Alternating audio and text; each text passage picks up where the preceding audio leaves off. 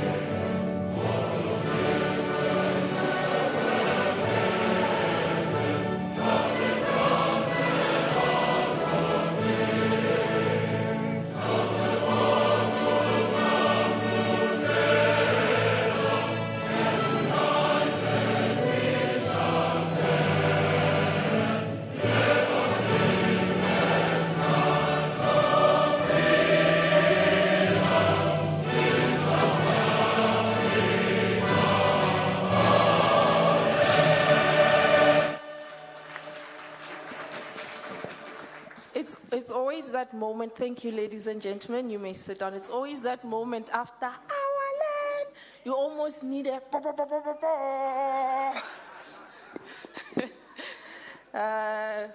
distinguished guests, ladies and gentlemen, colleagues, I greet you all, good evening.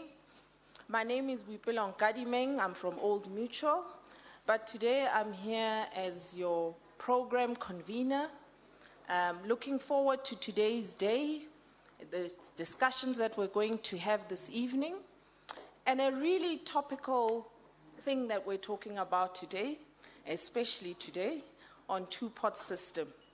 And really, I'm really excited personally because we have a diverse audience. We've got representatives from private sector, public sector, and organized labor. And I think it's a conversation that we have, I can certainly speak for Old Mutual, that we have been thinking about for a while to say, how do we create an environment where we have this dialogue and we actually have this conversation? Because it's an important one, having the different people with the different views to really explain and get to the heart of what is it and what does it mean for us on a personal level, for the organizations that we represent and the like.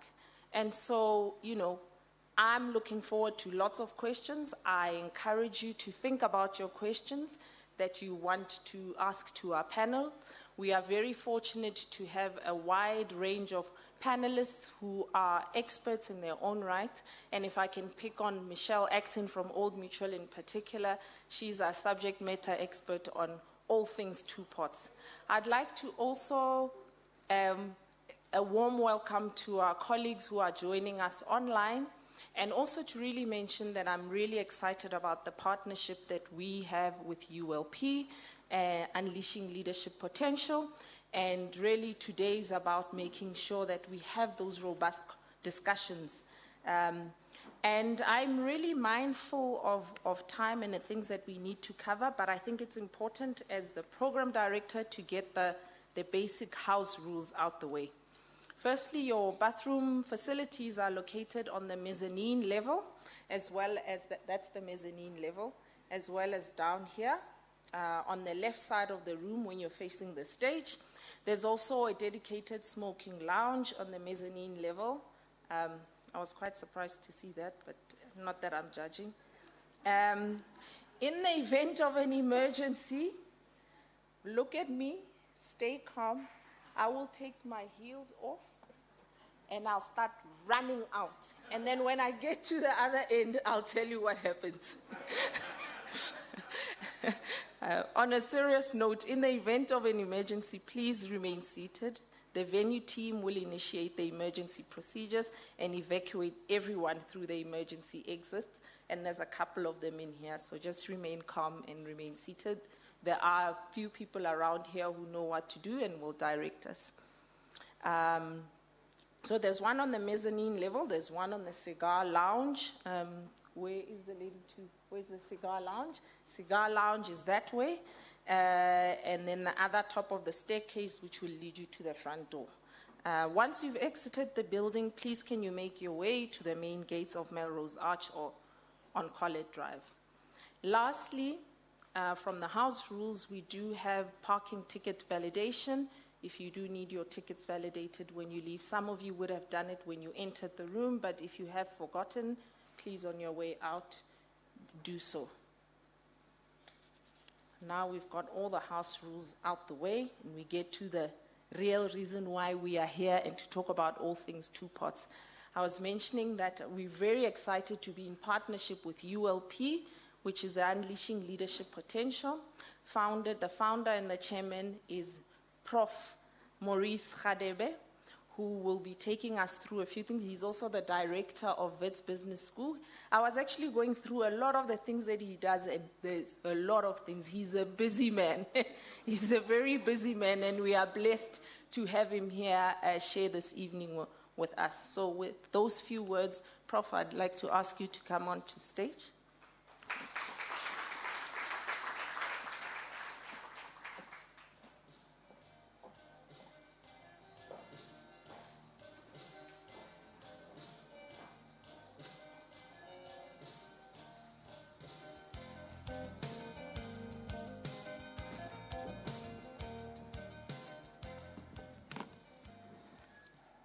Thank you very much. Let me call you with your surname, Kadimeng. As a good program director for the wonderful work that you're doing. Thank you very much. Let me acknowledge the leadership of Old Mutual, MD Prabhashni. I can see a number of leaders. Michelle are here, and the Temba is here. And the entire leadership of Old Mutual. I also acknowledge the leadership of the labor movement. It's great to have you here. Also acknowledge Milton, who's here, and a number of people who are here. Also the ULP team that is here. I can see Tsepo at the back also there. So let me say all protocol observed, okay? Let's get moving. First, let me just explain what mutually collaborate with ULP means. And I like the word mutually collaborate because it means we are collaborating, we work as a partnership, and it is very important. What we have done is this is now our second year engaging together with Old Mutual, and I really like the idea of partnership. As the program director said, I've been around the corner, and at some point in my life, in my career, I did run the whole stakeholder engagement, public affairs of some of the major companies. And normally when you're in that space, you tend to be the one that dominates, you know, because you have got a big check. You just tell the other people, the partners and the organization what they need to do because you're driving your own agenda. But I must congratulate Old Mutual that they actually truly want to leave the partnership. So we argue, we have sometimes robust discussion, and we disagree, and then we also align and land on the right position. So I think that's a spirit that I'd like to congratulate. We focus on leadership. That's my passion. As you know, unleashing leadership potential simply means exactly that, nothing more, nothing less. Our mission in life is to really unleash leadership potential. They say, if you want to find out your purpose in life, check what are the things that makes you very angry or very sad. Something that makes me very angry is when I see the potential of any person being stifled. Either stifled by a boss or stifled by a company or by the person, him or herself. So this is why our job is to unleash leadership potential, because we want to make sure that everyone live up to their fullest potential. And we're working with Old Mutual to do that through leadership conversation facilitated by Milton. Milton will be introduced as a veteran, former BBC journalist. He's been around the block, I can tell you. If you go and sit with Milton, he'll tell you stories that happened throughout the whole world. We also focus on entrepreneurship workshops, where we basically encourage young men and women to really get into business and run businesses. Again, I'm very passionate about that because I'm a product of an entrepreneur who was my grandfather. And I believe poverty in this country and throughout the continent will be solved by entrepreneurs. If each one of us do exactly that, start a small business or be an entrepreneur inside, I, and then E is entrepreneur. When you're an entrepreneur inside I, the corporate, please grow that business. Make sure that that company that you work for, you grow that business unit you've been given so that you can employ more people. And I've been fortunate in my career, I've been both entrepreneur, starting businesses, and also entrepreneur inside. So we focus on that. And we also now go back to the other provinces. Next week, Saturday, we will be in Durban. I've just been checking with On top is our administrator here. We're already oversubscribed in Durban. So ULP, KZN, together with Old Mutual, we're running an entrepreneur workshops. And we also run these think tanks, like these kind of sessions like this, where we take a topic and we debate it, we analyze it, we dialogue it, and then find out answers. So it's quite an exciting, and there's also a number of other programs that we're running, but I don't want to waste more time. But the idea is really to enhance and empower people in terms of their own personal leadership development. Here's the CEO of ULP. I'm just, a worker here. He's a big shot. That's Theo Mashiko. Today we're going to talk about a subject, 2 points. Let me tell you a story. At my age, I have reserved the right to tell stories. Okay. When I look around here, most of the people here, I'm older than them. Maybe 1 or 2.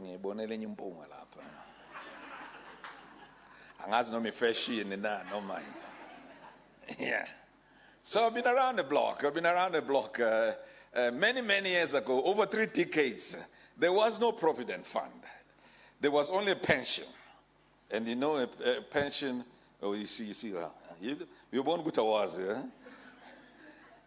And the labor union fought very hard that there should be both a pension, and as I understand, I'm a layman on this subject. Bra Milton, I'll hear from you with your panelists here. I can see you've got a very, very good panel. As I understand, the pension fund is a promise to pay you until you die. And when you die, he pays your wife, and then after that, it stops, okay?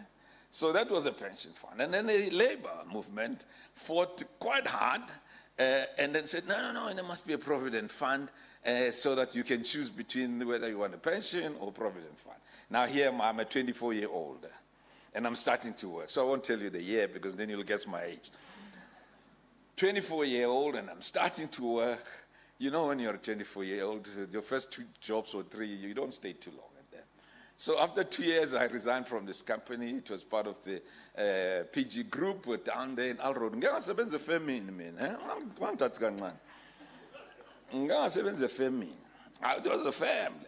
a factory.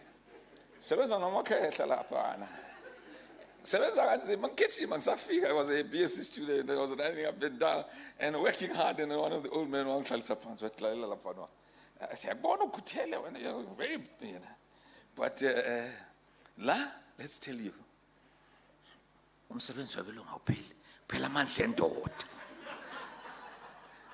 I'll explain it to you later.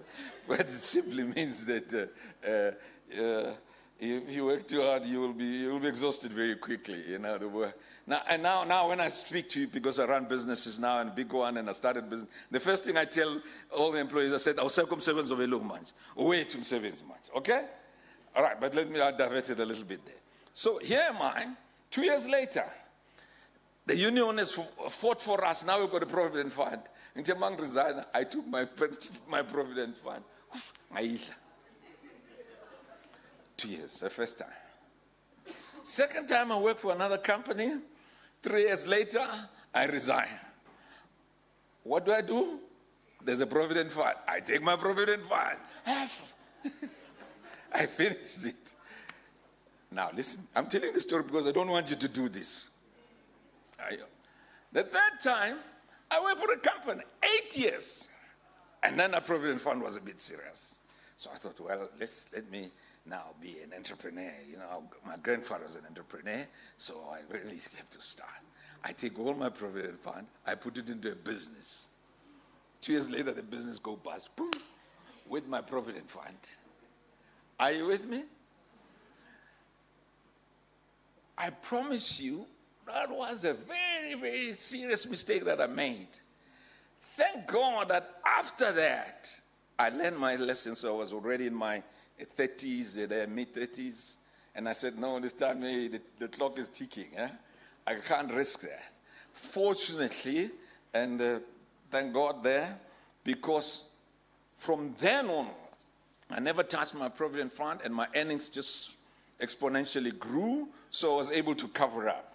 I'm retired now, quite okay. I don't have my SASSA card because I can look after myself.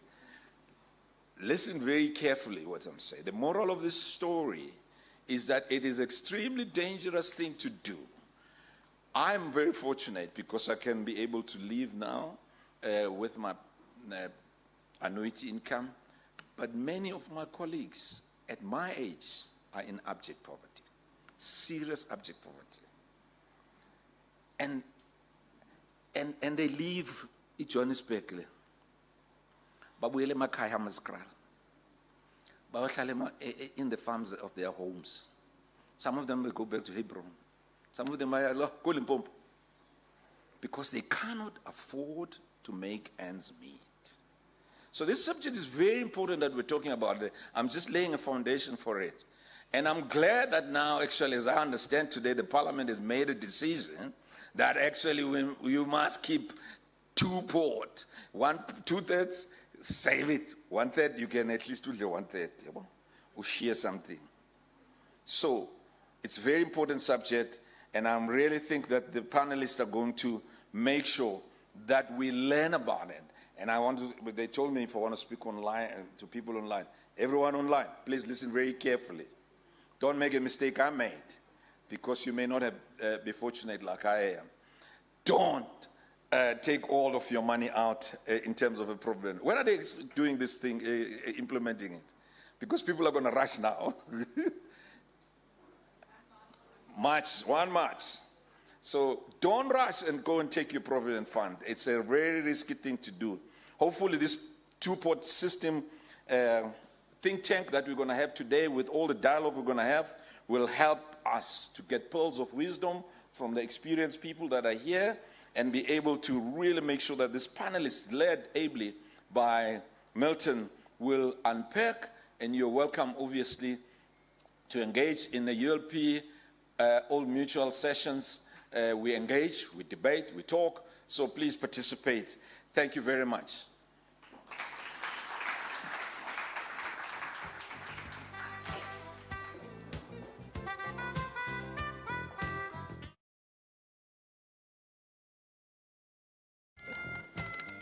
Thank you very much, Prof. I think you've set the scene really well by using your own personal experience, and I think it's often very important to use personal experiences, because at the end of the day, that's what this is about. But I see Prabhashin, he's looking at me like he really has set the scene very well.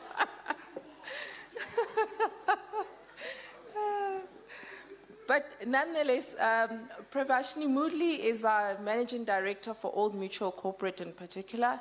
She has a wealth of experience, over 20 years in Old Mutual. If you looked at her, you wouldn't think so, but she does.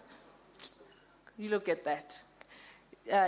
She's got a world of experience and a wealth of experience. She's the Managing Director of Old Mutual Corporate since November 2019. And she was the CFO of Old Mutual Mason Foundation Cluster, which is one of the business units, one that I am at currently. And yeah, we're really looking forward. She's done a lot over the 20 years. I'm not going to go through her CV, but I think we're really looking forward to you just as a keynote address for us, an opening address, to just take us through some of the things from an Old Mutual perspective that we've been thinking about, and to share with a wider audience around what those things are and things to consider, so we lay the foundation for the next session that we're going to have and for the next panel. Prabhashini?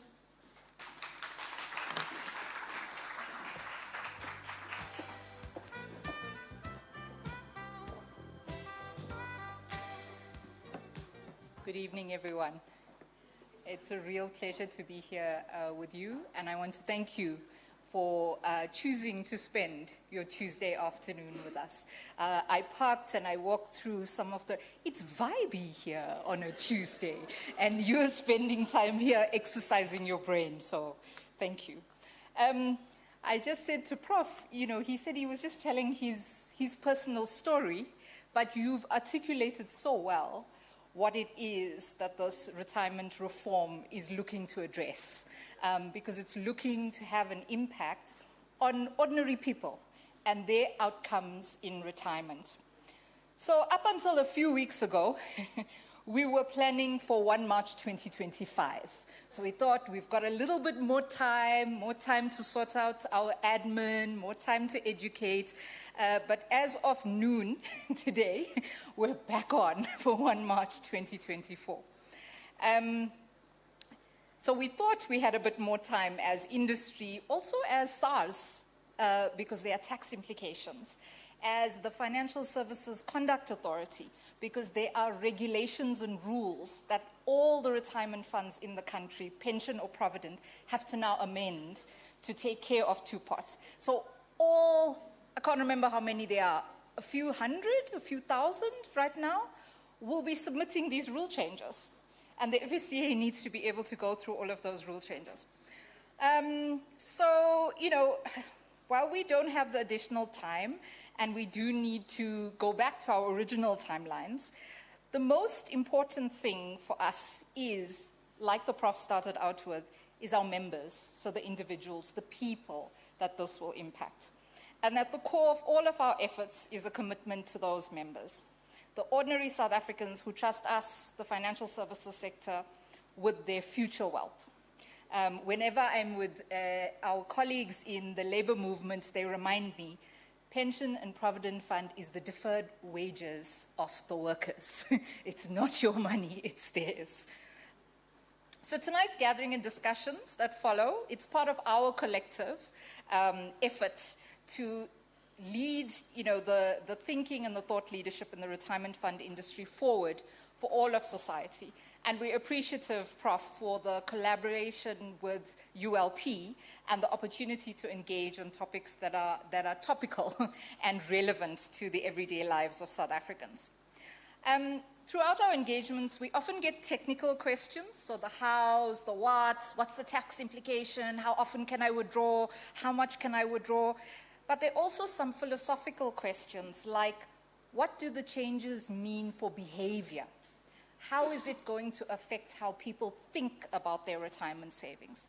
How should you think about the savings pot and this concept of emergencies? So there's quite a few behavioral aspects. And as a responsible custodian of the funds we manage on behalf of all of our customers, our primary goal is always to emphasize the importance of saving for retirement.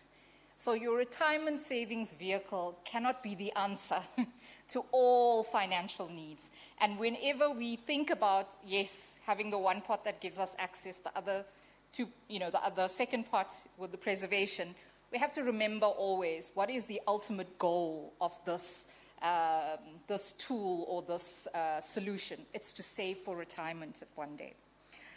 So it's valuable that we are able to congregate tonight with all of you from different fields, different parts of industry, of national treasury, as well as labor.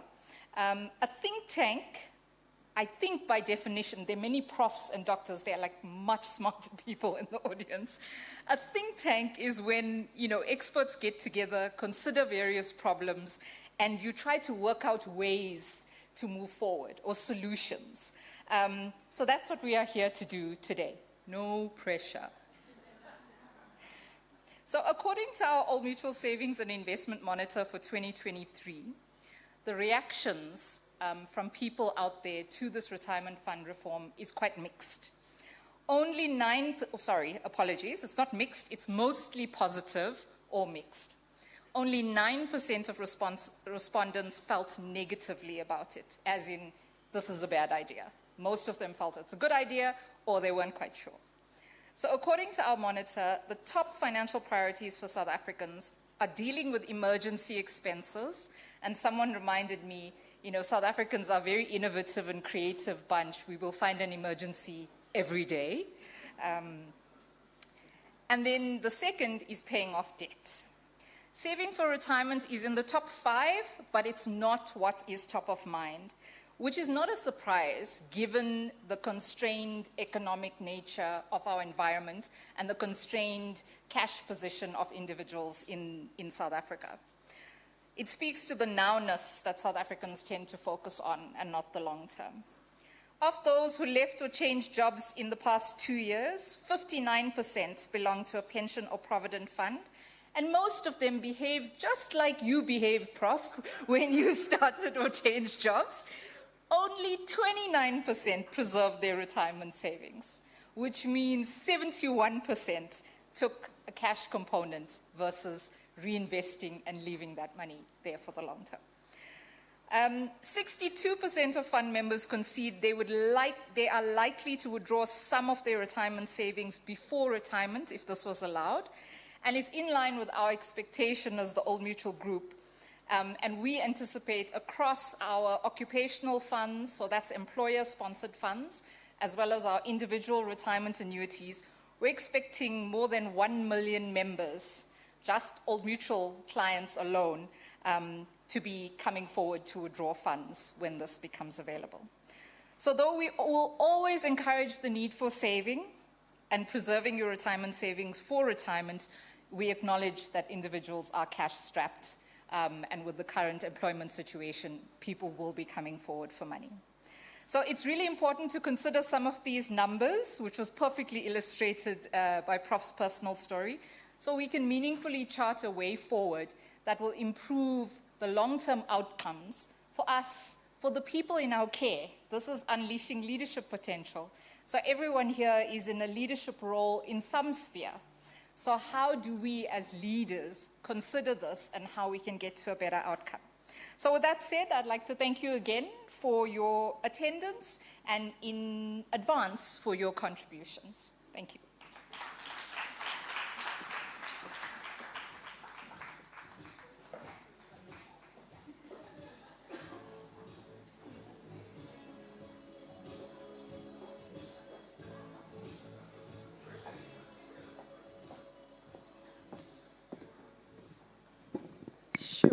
Some really frightening stats there. Only 29% of the people preserved their pension fund or provident fund. I'm sitting next to the, I call him the comrade GS, and he says that's a good number, 29%. It used to be 18 at some point.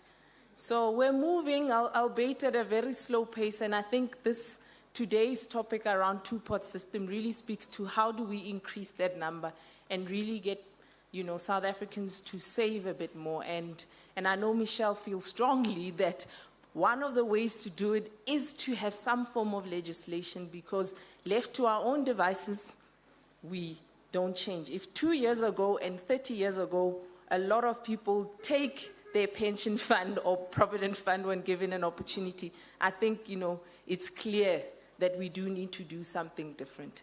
But with that, we're going to move over to the next session. Before we get into the main discussion, we're going to have a session with Michelle and Blessing, if I can ask you to join me here. And really, what we're going to do with the two of them is to really unpack two-pot system, the technical stuff. We know that the time we have allocated is not going to go into everything, but I think it will explain to everyone what two-pot is about, why is it here, and the rest of it. So thank you very much to Blessing and Michelle for that. If we can give them a round of applause, please.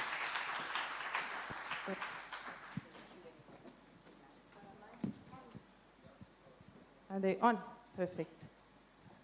So, let's chat about all things two-pots. Maybe if I can start with you, Blessing, and I think we've had the scene being set for us. But why two-pot system? Why is it happening? What is it meant to do? Thanks, Wiku, and good evening to everybody. So I think the prof has done quite a bit of our job for us. There's nothing like experience, I must say. And I think really that's really where we start. The two-pot sort of changes come in the context of a number of what we now call retirement reforms. Retirement reform has been something that's been ongoing for the last number of decades within our industry from a retirement perspective. We started off with the alignment of taxation of retirement funds, so the alignment of taxing tax deductibility of retirement annuities, pension funds, and provident funds. So that's all now aligned. You only get 27.5% up to the cap of 350,000. And then we went off to getting the alignment between pension and provident funds. You heard the prof talk about then the provident funds and the pension funds started, and they were different in the sense that the provident fund, you could take the cash when you get to retirement, and pension, you had to get a 1/3 and the rest had to buy. That's now been aligned. So when you're generally, if you're in a provident fund or a pension fund, when you get to retirement, you have to buy an annuity, the next frontier was really this issue that the prof spoke about, preservation. And that's really something that from a reform perspective has been a challenge. I mean, the stats that Prabhashini shared around, the number of people that preserve, those are shocking statistics, and all they mean is that we do not get the right outcomes. People don't get to retire with the right amount of money for them to live comfortably. So effectively, that was in a nutshell some of the part of the changes that are coming through from a retirement reform perspective. It's to deal with this issue of preservation. There are other things still coming, like consolidation of retirement funds, as well as auto-enrollment. So we want to make sure that everybody that is in an environment that's got a retirement fund actually joins that retirement fund. But as you would know, at the height of COVID, this was a topical issue. And there was a lot of pressure on government to actually make this change and allow people to get access to retirement savings. So it's a combination of issues, but it's part of this whole retirement reform program that's in place. Yeah. Thanks, Blessing. And I think it's often a difficult one because if people are in dire straits now, you can't just tell them about the future and say, oh, you'll be great in the future, just wait it out. And so it's a fine balancing act. And for me, I have some sympathy for National Treasury who are tasked with the job of trying to balance that, saying you have to keep some for the future, but how do we alleviate some of the pressures that we have? But today, I think just going into the detail, Michelle, will be helpful because there's a lot of misconceptions around what two-pot is going to solve, and I think that's part of what we need to talk about today. But today, the main thing today, fresh, hot off the press, is about the effective date. What is the effective date? Just talk to us about that noise around it. What is happening? Just share more with us. Thanks. So anybody who's been following the journey of two-pots over the last couple of years knows that originally when the proposals first came on the table, which was about 2021, I think, when we started having these conversations, the effective date on the initial proposal was discussing 2023. And of course, when we got our updated draft regs, they updated the date to be 1 March 2024, which is an effective date. But you'll see a bit later when I take you through the detail, there's quite a lot that needs to be done in terms of getting ready. I don't want to underplay it all. This is probably one of the largest changes to impact our retirement fund industry ever. So from that, there's a lot that needs to be done. and the legislation is still being finalized. But there was a proposal in October by National Treasury to give the industry another 12 months to get ready. So that would make it 1 October 2025. Understanding that as you stand now, the legislation has not been finalized. It's in bill stage, it's not in act stage. So we're still working on unfinalized legislation. So there was a proposal to move the date to 1 March 2025 by National Treasury, which got rejected today. So that means at this stage, two-pot is going live on the 1st of March 2024, which is 3 months and 1.5 weeks, and I don't know who's counting. But essentially it does mean that there's quite a lot of changes coming on our horizon in a very, very short period of time. So, I mean, we've spoken about why it's been done, and I think, you know, from the stats that Prabhashini shared, people understand that this is something that needs to be done. But we also spoke about the effective date. Can we talk about, Michelle, how does it work? Just misspell, how does it work? Explain it like you're explaining to a 21-year-old who's about to cash in after resigning. All right, so I'm hoping if I press this, my slides will come up because, there we go. Beautiful. Okay, because I like to tell stories with pictures. I always believe it helps better than just understanding what two-pot's about and how it's going to work. I think the first thing I just need to say to make everyone comfort is that if this, or when this goes live on the 1st of March 2024, all these changes are affecting future money, okay? So all the old rules will apply to what I like to call old money. So any money that's in the system on the 1st of March 2024, the old rules will apply. So these changes, when we talk about compulsory preservation, when we talk about access, we're talking about future money. And the reason I say that is I know Prof made the comment earlier around the fact that you don't want to be able to have people access their money and they might want to go get it now before the effective date. There's no need to, because there's no need to panic by any reason, because all the money you could access now, you'll still be able to access. The idea of these changes is to change a future system, because you can't change someone's vested rights. It creates panic and uncertainty. So what it means is we're going to run parallel two systems, the old pension system and a new pension system for a period of time while we are going through transition, which does make it complicated to start. But in the long term, it's the most sustainable way that we're going to, in order to bring changes out. The second thing I want to just touch on is the fact that with these changes, a lot of people are getting all excited. I know there's a lot of noise about access and being able to access money in the short term. But these changes are designed for long-term stability. When you're dealing with retirement funds, it's a long-term investment. And it's not something that if you change something in the retirement fund today, tomorrow you're going to see the impact. Not at all. It's the sort of thing that we're putting the structures in place now that in the next 20, 30, and 40 years, it's going to have the desired impact on retirement outcomes.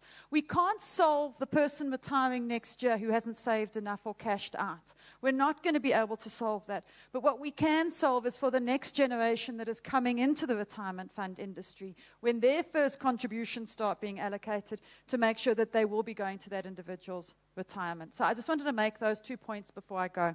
So quickly, in a nutshell, two-part system 101. Okay, so essentially I think what's important to note is, first of all, this impacts all funds. Okay, so this affects retirement annuity funds, pension funds, provident funds. So all of the retirement fund, and if you're saving for retirement, this is going to impact you. And really how it's going to work is, at the moment, when you reach retirement, you can take 1/3 of your money in cash, and 2/3 you need to use to purchase a pension, right? So that's how it works at the moment. With the concept of the two-pot system, they're going to advance the split of the 1/3 and 2/3, not to happen at retirement, but actually to happen as the contributions go in. So the idea being is 1/3 of your contribution then goes into what we're calling the savings pot, and 2/3 of your contribution goes into what we're calling the retirement pot. So all we're doing is splitting that contribution 1/3, 2/3, as it would have been split anyway at retirement. The difference being now is that 2/3, which is the amount of money you would use to buy a pension at retirement, you will not be able to access before retirement. So all of that will be compulsory preserved. That money, the minute you put it in, it stays there till you reach your retirement age. And that is your income at retirement. The 1/3, which is normally your lump sum at retirement, goes into your savings pot. That money also continues to get invested till retirement. But if you need to access money before retirement, you will then be able to access your savings pot. And remember, that savings pot was going to be your lump sum at retirement. So what that means is this new system is going to enable you to access, almost borrow from your future self, some of your savings pot money, which just means you're going to have less lump sum at retirement. So from that way, it's doing almost the two jobs, right? You've got your lump sum at retirement, but if you need to access it beforehand, you can do so, and I'll touch on the rules just now. But the 2/3 of which is based for your income at retirement, that you will not be able to touch until you reach retirement. And so that's really how the two-part system works. So it's really just trying to advance you, or not advance you, but enable you access to your lump sum at retirement. So if I've spent everything, because I've had lots of emergencies and I've needed to access money throughout my working lifetime, when I reach retirement, it just means I don't get a lump sum at retirement. And so people will need to consider, as they get closer to retirement, do I take out my savings pot, or do I leave it there because I actually want more money at lump sum at retirement? So that's really the concept. Just one other point I wanted to touch on is that essentially there's a couple of rules that have been put around the savings pot, okay? And always the question comes up, was it emergency, and when will I be able to access my savings pot? There is no definition of emergency in the legislation. And there's a reason for that. Can you imagine trying to define it? An emergency for me and an emergency for you might be two very different emergencies. They're personal, and it's up to the individual to assess. So there's no only in these conditions A, B, C, and D can you take out. The restriction is just saying you can only access once in a tax year. So if you've accessed once in a tax year already, then you won't be able to access for the rest of that tax year. Okay? There's also a minimum withdrawal amount of 2,000 Rand. So if you've got less than 2,000 Rand, you can't withdraw it. But the idea is that you will put your contribution, so effective date 1 March 2024. At the end of March, your first contributions get deducted from your salary, and they'll be allocated 1/3 into your savings pot, 2/3 into your retirement pot. And you will start building savings, that over time, those savings pots will become quite meaningful money that you can then use. It means that every member of a retirement fund is now going to have an emergency savings vehicle as well as a retirement fund. It almost becomes a 2-in-1. But to kickstart the system, because otherwise we all start with a zero savings pot, right? Because 1 March comes, all my existing savings goes into a vested pot, all the old rules apply. But to kickstart the system, to stop my savings pot being zero on day one, they're having a once-off allocation from your vested pot into your savings pot of that 10% capped at 30,000. So that means if I've saved up 100,000 Rand in my retirement fund on day one, then 10% of that, which would be 10,000 Rand, will then be allocated on day one in my savings pot to kickstart my emergency savings. So that is that. Now what that means is it means every member of a retirement fund on the 1st of March will have savings in their savings pot that they could access. And the big question then comes, is everybody going to have an emergency on the 1st of March, which is going to require that withdrawal, which, as Prabhashni mentioned, we have over 1 million members in Old Mutual that will be able to come forward and access on day one? Or are people going to use that as a way to say, okay, now I'm going to kickstart my emergency savings that I haven't had before? And so that's really, I think, a question a lot of people need to ask. But yeah, I think just in a nutshell, I was like, you know me, I could spend hours on this topic, but that's a very simplistic view of how the two-part saving system will work. Thanks, Michelle. I think, sure. We're going to open it up for Q&A. But, from my end, I would say, guys, if you were thinking of changing that kitchen and doing something, maybe hang 10 a little bit. That's not an emergency. And so I'll open up the questions to everyone. Do we have roving mics? Yeah? If you can just raise your hand if you have a question.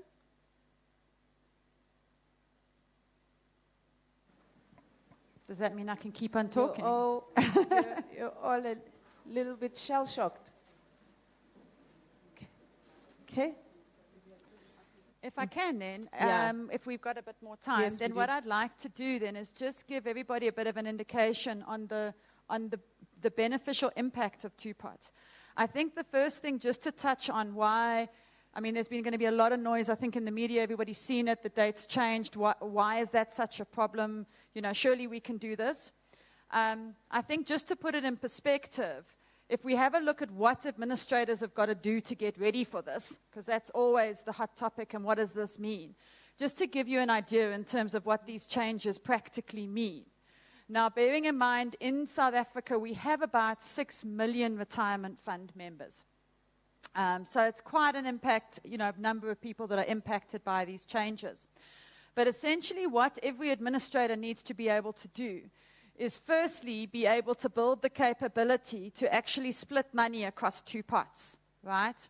So we need to now, when we get contributions coming in, payroll deductions, if people do their payments to their retirement annuities, then we need to be able to split it 1/3, 2/3, which sounds quite simple, but it means that every statement, every view needs to be updated.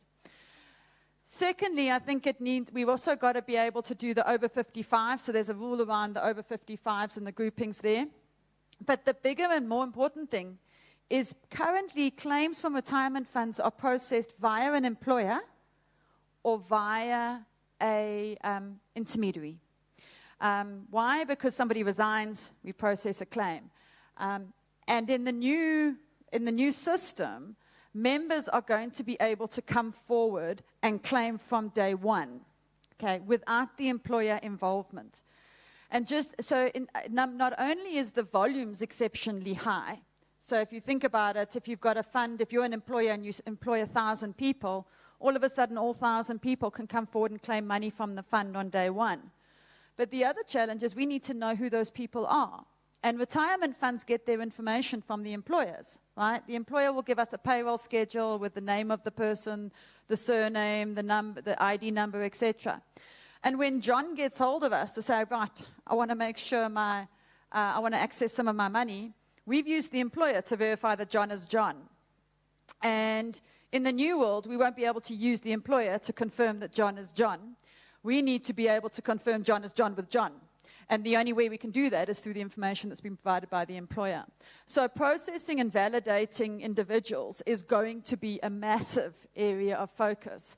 And as you can imagine, there's going to be money that can be accessed, and there's fraud that's a massive risk, because you can just come forward. You can imagine the fraud elements that are going to come through in terms of people trying to access other people's savings pots.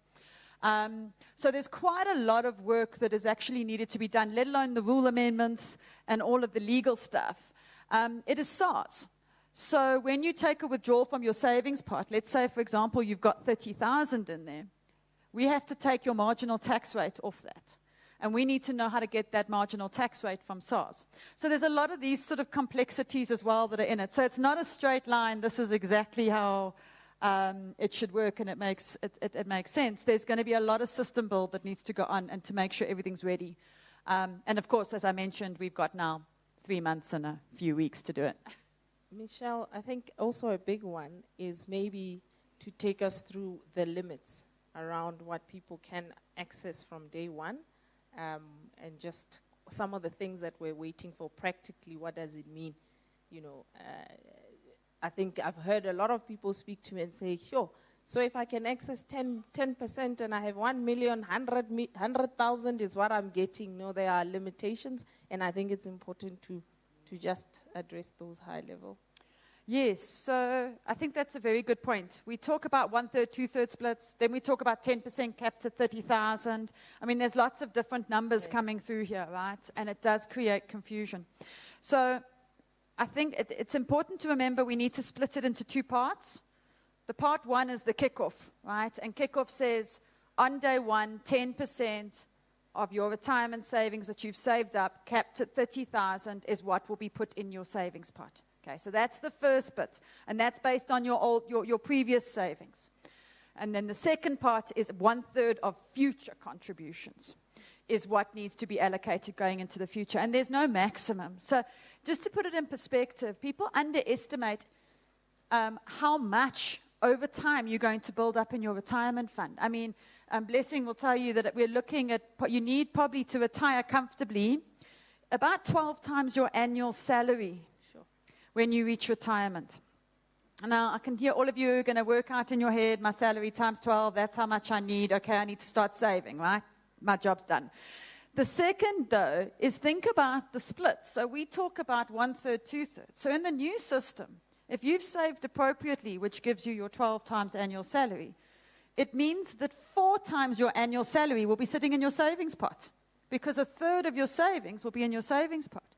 So that means you'll have sort of 4 times your annual salary at retirement as a lump sum, or you will have access to that over your lifetime if you don't leave it to retirement. Those are big sums of money. And so I think also it's important to realize but it's not going to happen today. You've got to give the system time. It's like they say, what is the 8th wonder of the world? Compound interest. You've got to give the system time to work. It's not going to work as an effective emergency savings vehicle until your money's been saved for a while. We have a question from the audience. My name is Fred Mahato. I've been told that I should ask questions. And that is why I've been invited. Those who gave me the mandate know themselves. So I'm therefore obliged. So I won't look on my right. I think my concern or my question revolves around what is the ills that the system seeks to address. Thank you for that question. I think it's a very important question. It goes back to the start of when we said why. Why are we doing this? And I think Michelle has also just touched on it. The reason why we're doing this is because people over the years have continued to resign and take their full amount of retirement savings and spend that money and start off again. Now, generally we know that people on average change jobs between 8 and 12 times in their working career. So you can imagine that when someone is working on a 40-year career, they probably only save for retirement in the last 5 years before they get to retirement. That's nowhere near the 12 times that Michelle is referring to, that you need to have when you retire. So it is really, the reason why this is happening is to encourage preservation. Encourage people to preserve their retirement funds regardless of whatever employment they're having throughout their working career. So when they get to the working career, even if they have had 12 jobs, they still need to accumulate all the savings they've had across their working career to buy a pension at retirement. And obviously, at the end of the day, they do not fall onto the SASSA payments for their sustenance. In fact, just to add to that, so on the graph behind me, you'll see here we've actually projected what our current retirement outcomes for members is at the moment. And those are the squiggly lines at the bottom, which looks between 2.5 and 3.5 times people's annual salary is what people are retiring on now. That's the current retirement position. And that is why there's often statistics thrown around that says only 7% of members can retire comfortably. And the main reason is, like Blessing mentioned, when people change jobs, they cash out their pension, then they only start again. So they're not saving up to that level. So that is what's happening at the moment. And as you can imagine, if we paid you 3 times your annual salary, and life expectancy after retirement's 20 years, and the numbers don't tie up. Now, if you have a look, I think it's green, the green line, that's the perfect line, right? That's what you should be doing if you don't access any of your money during retirement, during your working lifetime. That's saying your contributions stay invested. Every time you change jobs, you preserve. That gets you to that magic number of above 12 times your annual salary. In the new system, the new system is going to require 2/3 of your money will be preserved on a compulsory basis, i.e., if you change jobs, your money can move to the new employer with you, you can preserve it, but you are not taking it out in cash. Putting that protection in place, i.e., guarding ourselves from ourselves, means that that multiple minimum, that safety net, goes to 9 times. So that tells you that the bringing in of the new retirement reform 2-part system is going to increase in the long term retirement outcomes by 3 times. And that is why this system is so important. And it brings me back to what Prof mentioned about the fact that when you do something that you can really add value, how important it is.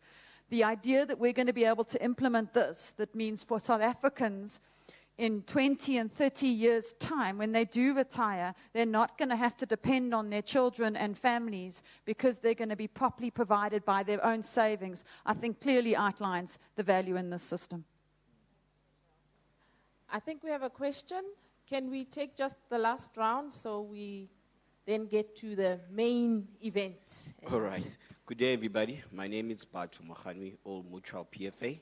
Michelle, it wasn't clear on how the members are going to claim this fund, because you mentioned the normal protocol of the Provident Fund, you have to consult the employer.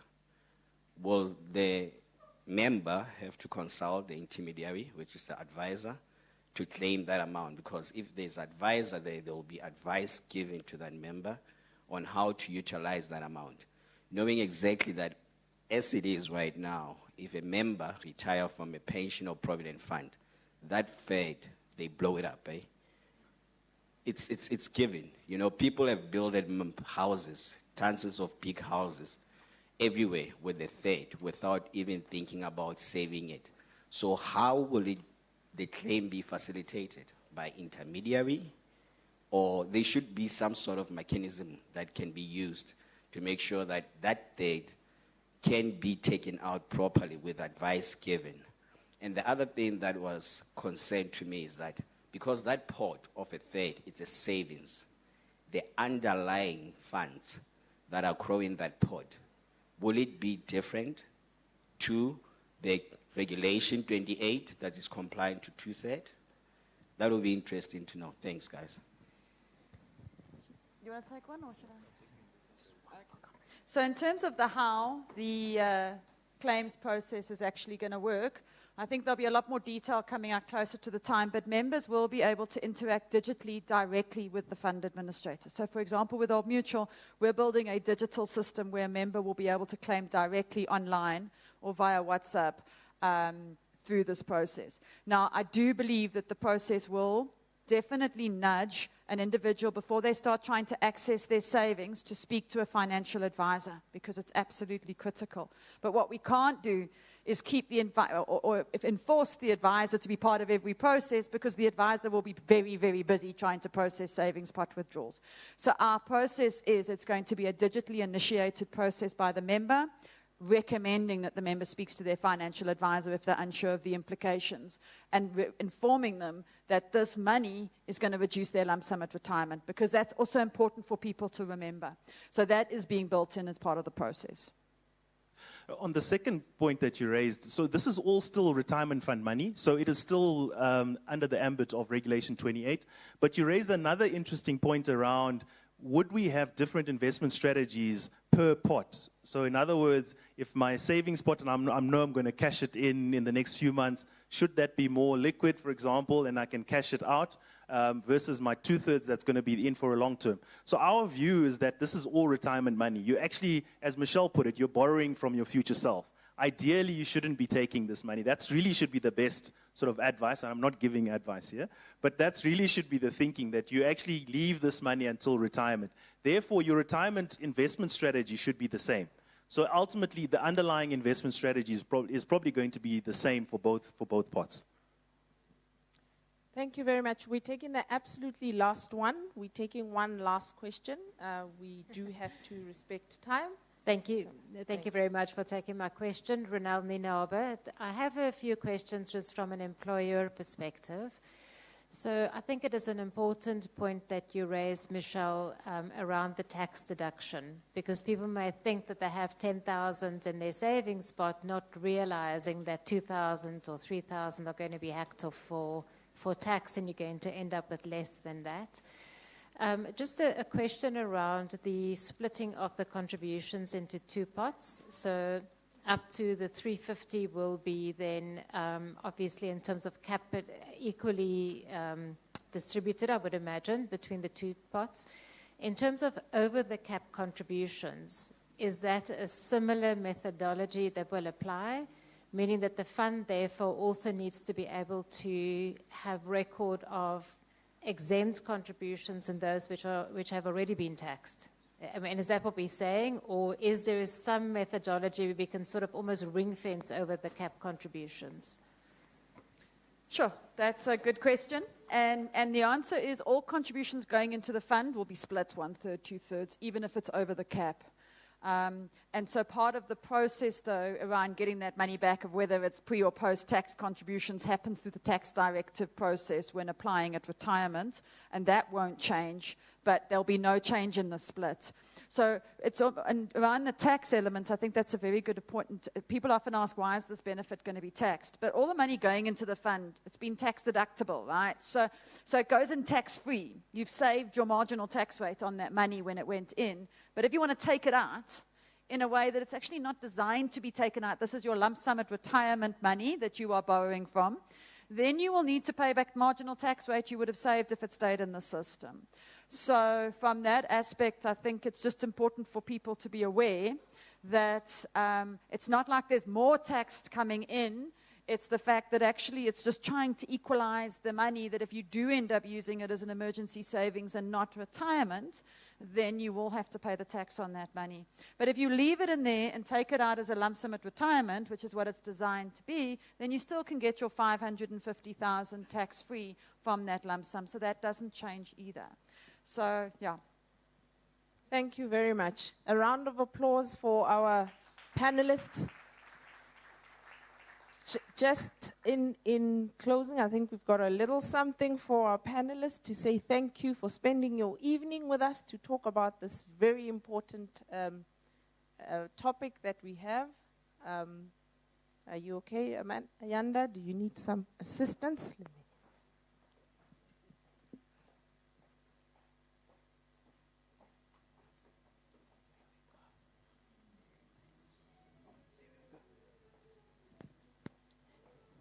Thank you very much. I think this session was very important. To just set the scene for the next one. Make sure that we're all aligned and kind of kept abreast of what does it actually mean, why was it done, how would it work, and also what's happened with this date, the effective date.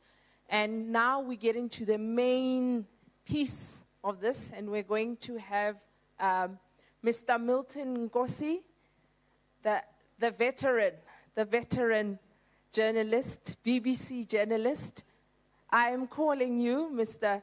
Nkosi, to come through. He needs no introduction. You know when you get to a point where people don't need to read what you've done because you've been doing it for so long. This is him, so I'm handing over to Mr. Nkosi as he's going to introduce the next panelists and get the session going. Please, this is the part where the think tank comes into effect. If you've got questions, the different views that we're going to discuss from the different people, it's going to be very interesting and looking forward to it. Thank you very much. Thank you so much. Menkadi Meng. Good evening, everyone. Thank you so much for making time to join us tonight. My name is Milton Nkosi. I will not bore you about my favorite football team, which is Orlando Pirates, so I won't mention it here tonight. It's good to be amongst you. I feel that I'm surrounded by money. I didn't realize that it's so packed. When you are sitting at the front, you don't realize that it's so full. So thank you so much. This subject is way, way beyond my pay grade. So it is grand and good that we're going to have the panelists who are going to guide us through the complexities of two-pot system. I didn't know, someone says two-pot, I'm thinking about pots, the cooking pots, So you realize that you think you know stuff, you don't know anything. So our panelists are going to be Basil Maseko, who is Director Savings at National Treasury. Basil, please approach me.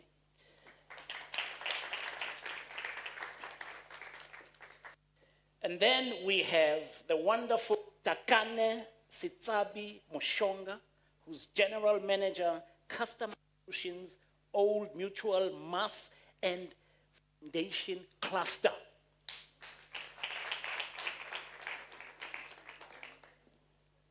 Talk about titles, that's the one. That's the one I want. Thank you very much, Takane. Welcome to the stage. You look wonderful. If I should say so myself. I'm speaking for you at the back. You think so, all right? Right. The next one is Mugwena Maluleke from SATU, South African Democratic Teachers Union. He's the General Secretary, SG. Please. Or GS. I mean, when you say SG, you mean in Kwede Mantashe, but And he's no longer SG. We are missing one panelist who is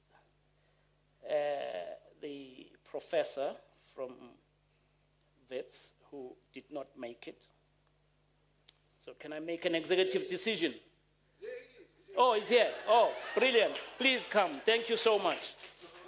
I was going to call somebody to replace you. Thank you so much, Prof. Well done. I got a message that you did not turn up. Right. So, should I start by a proper introduction to the panelists? If you don't mind, can I sit down? Can Orlando Pirates guys sit down?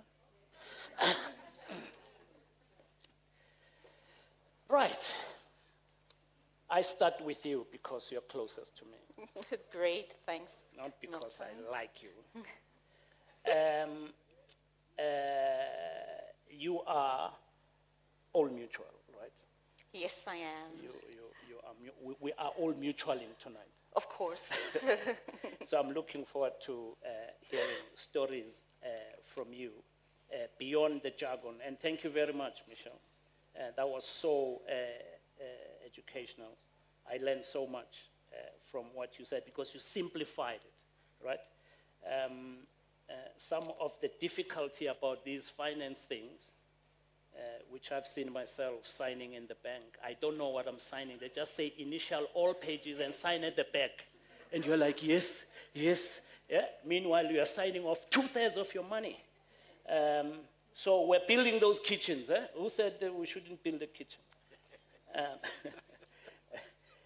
Prabhashni, you said 1 million people within Old Mutual alone may come knocking on the door asking for the... Then it means how much is that money? That's billions. My goodness, let's hope they don't come. So, Takane, do you want me to tell everyone what you've done and what your background is, or should I just keep it short?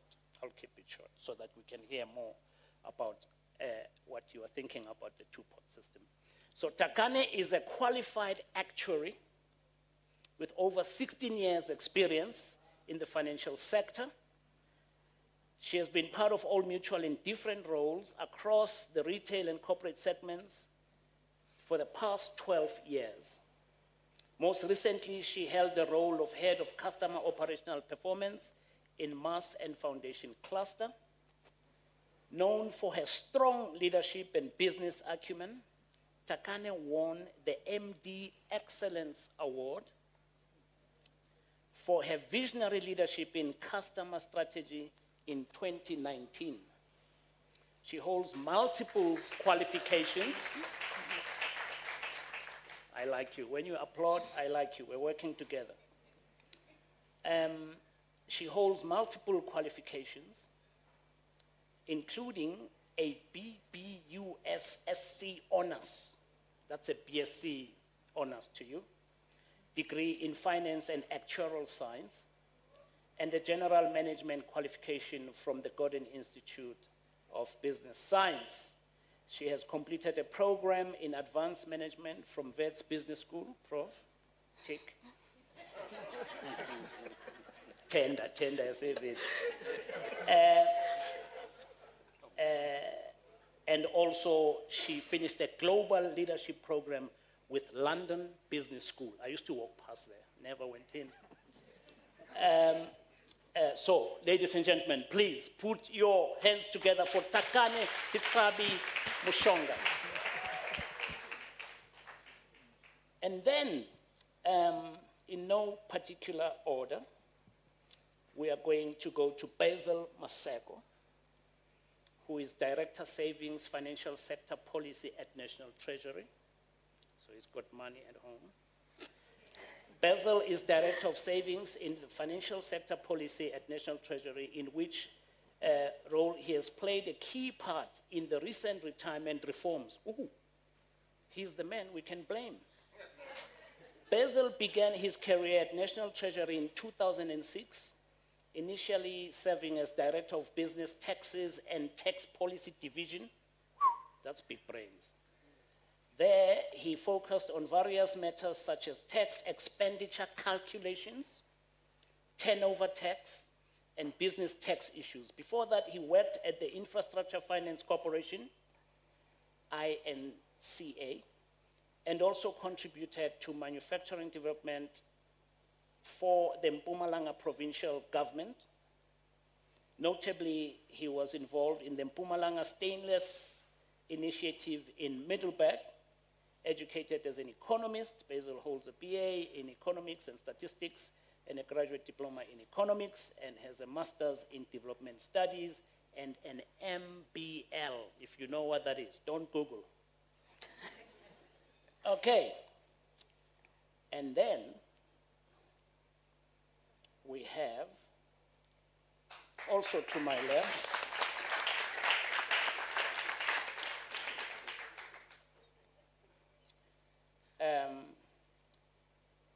Blessing has just been here. He's gone. I still have his profile here. And then we have Chris Malekane. He's an associate professor, School of Economics and Finance at Wits University. Chris Malekane is an associate professor of economics at the University of Witwatersrand. He's also director of Macro Financial Analysis Group at the School of Economic and Business Sciences at Wits. Professor Malekane holds a PhD in economics obtained from the New School of Social Research in New York. So he's been on a plane. He received the Edith Henry Johnson Memorial Award, New School for Social Research in New York, for an outstanding PhD dissertation in economics. It's Kokolis. He has done research on macroeconomics, monetary economics, financial economics, development economics, political economy, growth, and business cycles. Ladies and gentlemen, Professor Chris Malekane.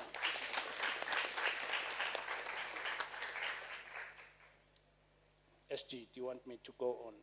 No. You're here for a strike. You are happy, you're waiting for a strike. Yeah. Okay. So, essentially, I want to start really with Basil. I think I've already warned you that you're getting the first hit. I used to work in news. In news, what gives you a kick is when there's a new story.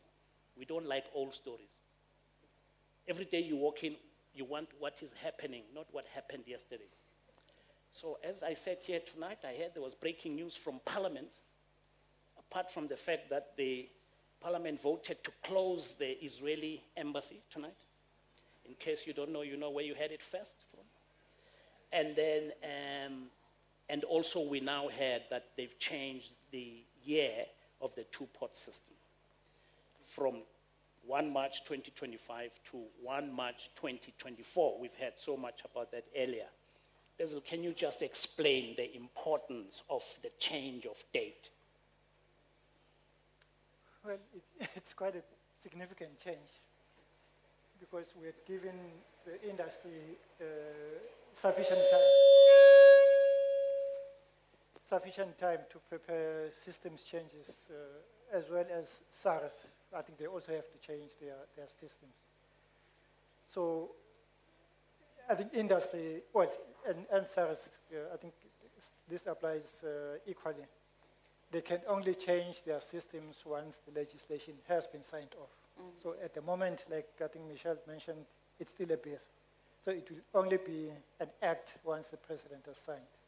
And that will only happen in December, January, we don't know. So from December, January, when the president signs off, until March 2024, that gives us basically about 2 months. So what the industry needs to do and SARS need to do, change systems like I mentioned. They have to educate their own staff about how this thing is going to happen. They have to educate their members. They have to run their systems, test their systems, and see if they are working properly. So if that is not done, the probability of making mistakes shoots up. So that's the danger we're sitting with moving the date from 2025 to 2024. So we're not going to see, do you remember in Argentina when they were hitting the pens? People queuing outside banks. We're not going to see that, are we, Michelle? No? Basil, what do you think? I'm a bit worried. Look, I think I'm coming for my money, I'm sure. Look, I think we're sitting with two opposing issues. We have, on the one hand, the members who are saying, give us the money, as in yesterday. And then we have industry and SARS that say, we are willing to, well, the law says we should give money to fund members as per the legislation. But we have to wait for our systems to be effective in order to do that. So I think, yeah, it's going to be rushed. I think the probability of making mistakes is going to be quite high. I also want you to take us through the retirement reforms and what they actually mean for the ordinary person, some of which we had earlier. What has been some of the considerations that policymakers had to grapple with in order to get us to this point?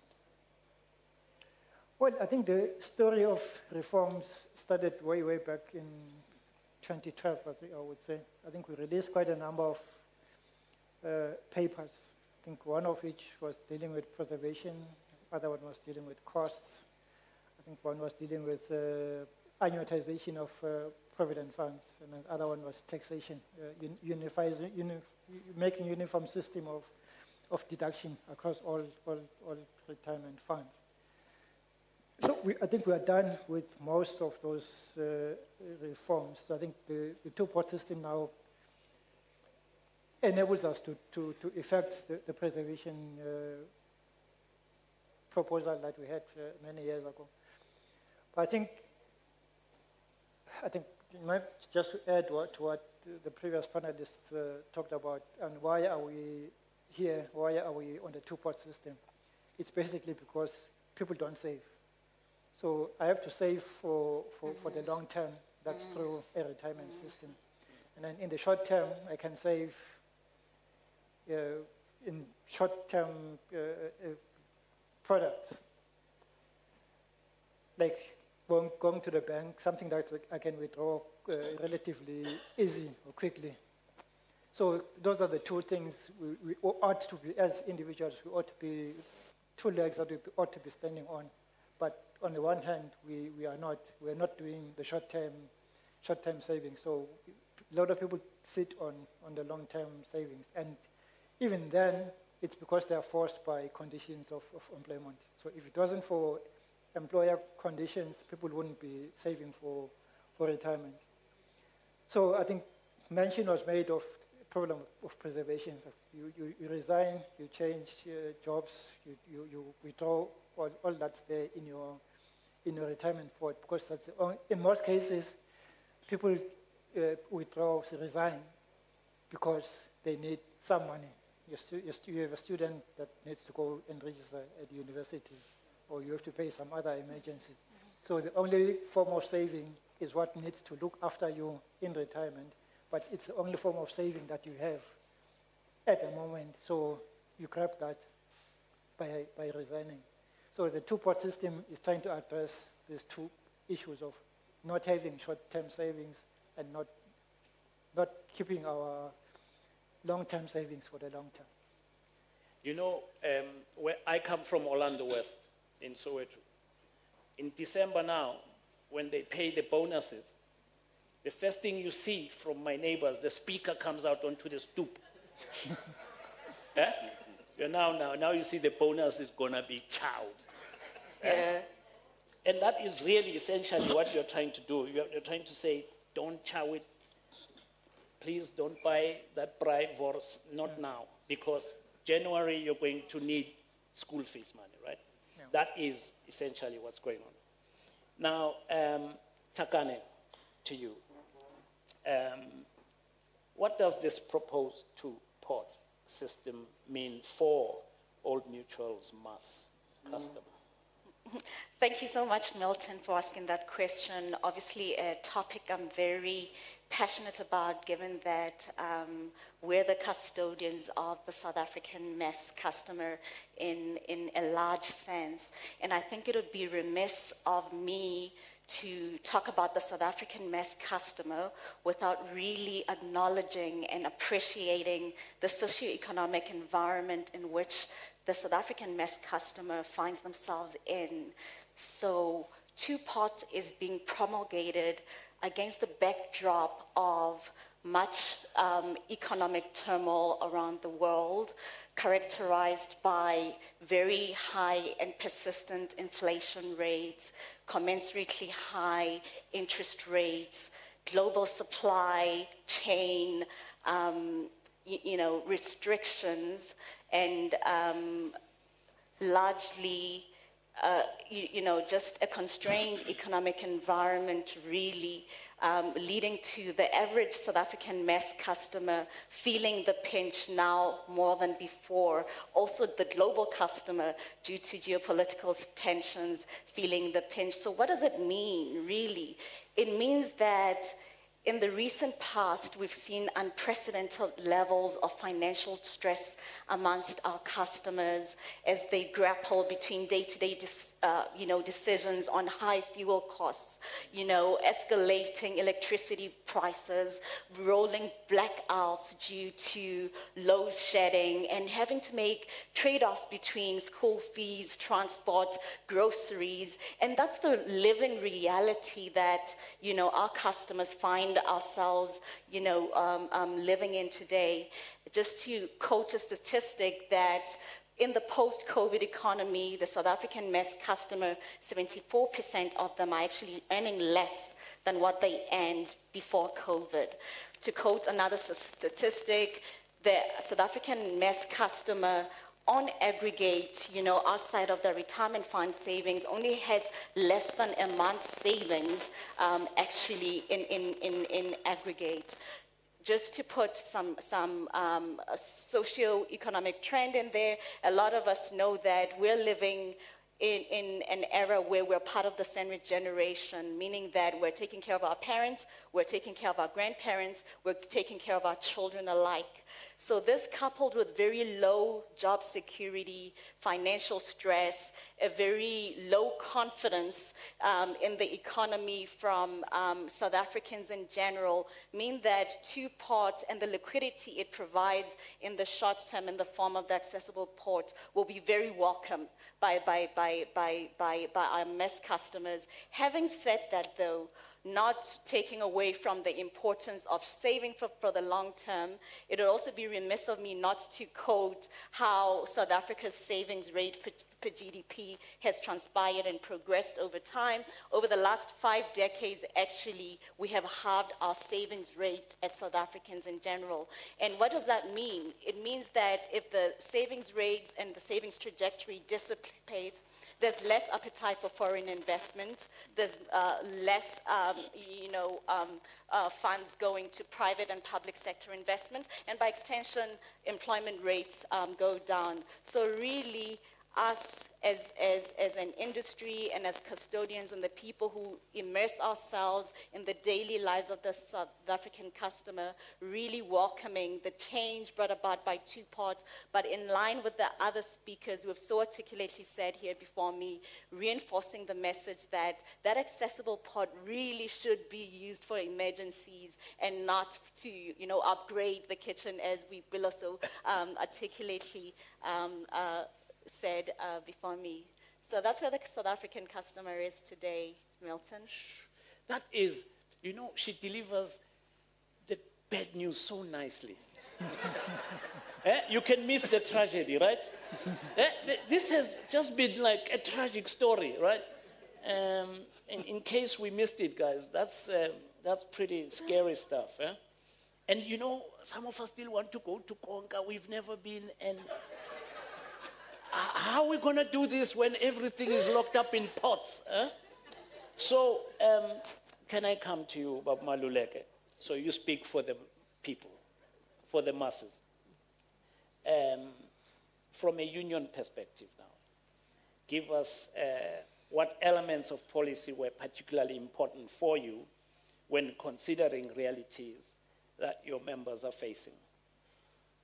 Now, let me thank you, Milton, and also appreciate Professor Hadel for really having walked where I walked.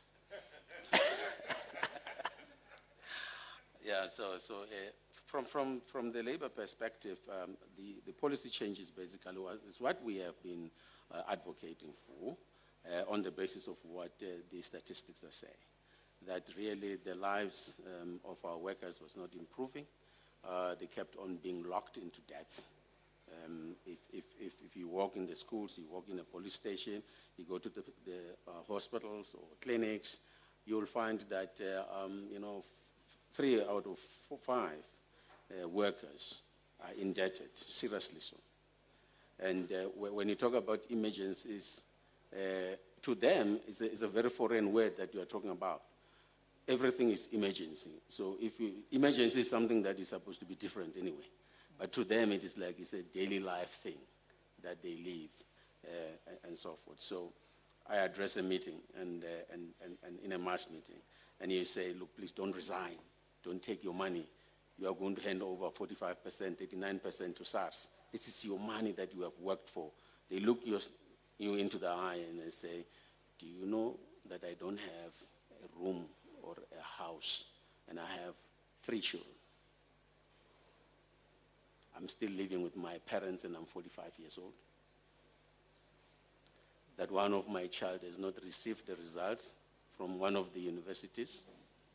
So, Ndade Malule, can you tell me which one is emergency then? I don't qualify for NAFSAS. I'm a missing middle. I'm a nurse. I'm a police. I'm a teacher. So I don't qualify for a RDP house. So where am I? So this is the realities that we have got to contend with as leaders, as we're representing them. So these policy changes basically was to say, whilst we know that this savings is very, very important for them to access when they need it most, but we had to come to terms with the fact that indeed they are facing very serious financial constraints, very serious. And it's not a joke. It's not a joke. So just in April, of course, I said I need to sleep, and then there was something that was telling me that I won't wake up tomorrow because One of my colleagues I worked with for many, many years has just shown me, oh, look, I have received 1.5 million. It was on a Saturday. And she calls me the other day and says, my car has been repossessed. Because she was retiring, nicely, of course. So she got 1.5 million. And where was it? In 2 weeks, the 1.5 million is gone. So she had to pay all the debts that she has. And then she finds herself in Vista. I call it Vista when people have depression and finding themselves in the hospital. And I went to sleep and I said to myself, there was this thing that tells me that I'm not going to wake up. And I just said to my family, I'm not going to wake up tomorrow. I'll be dead. So don't worry. But I don't have a will. So you don't have to be worried about anything. But I'm just trying to say, whilst we know as labor that we wouldn't want our members to access the money because we know they're going to need it very badly, but they need it now. So the two-pot system, in terms of policy changes, clearly, encouraging our workers to really have this preservation, to us is very important. Because at least they can have something to rely on as they retire, and they need the money most as they retire. Because as Prof was talking about age and all these things, I never thought that I would feel like I don't want to wake up in the morning. And then the only person who encourages me to wake up is my granddaughter, the youngest, and she calls me princess. And then because once she says that, I have this beautiful thing in me, and I wake up and I go to work. So this policy change helps us to really address the realities that we are faced with today, that you have a missing middle. I'm talking about public service. A missing middle that is not taken care of. They don't qualify for anything, and therefore they use their earning for everything, and they remain with nothing. If you want to be rich, as a machonisa, go for public servants, okay? Because you know one thing for sure, they are permanently employed, and if you can secure a stop order, you are fine for life, because at least you're going to get your money.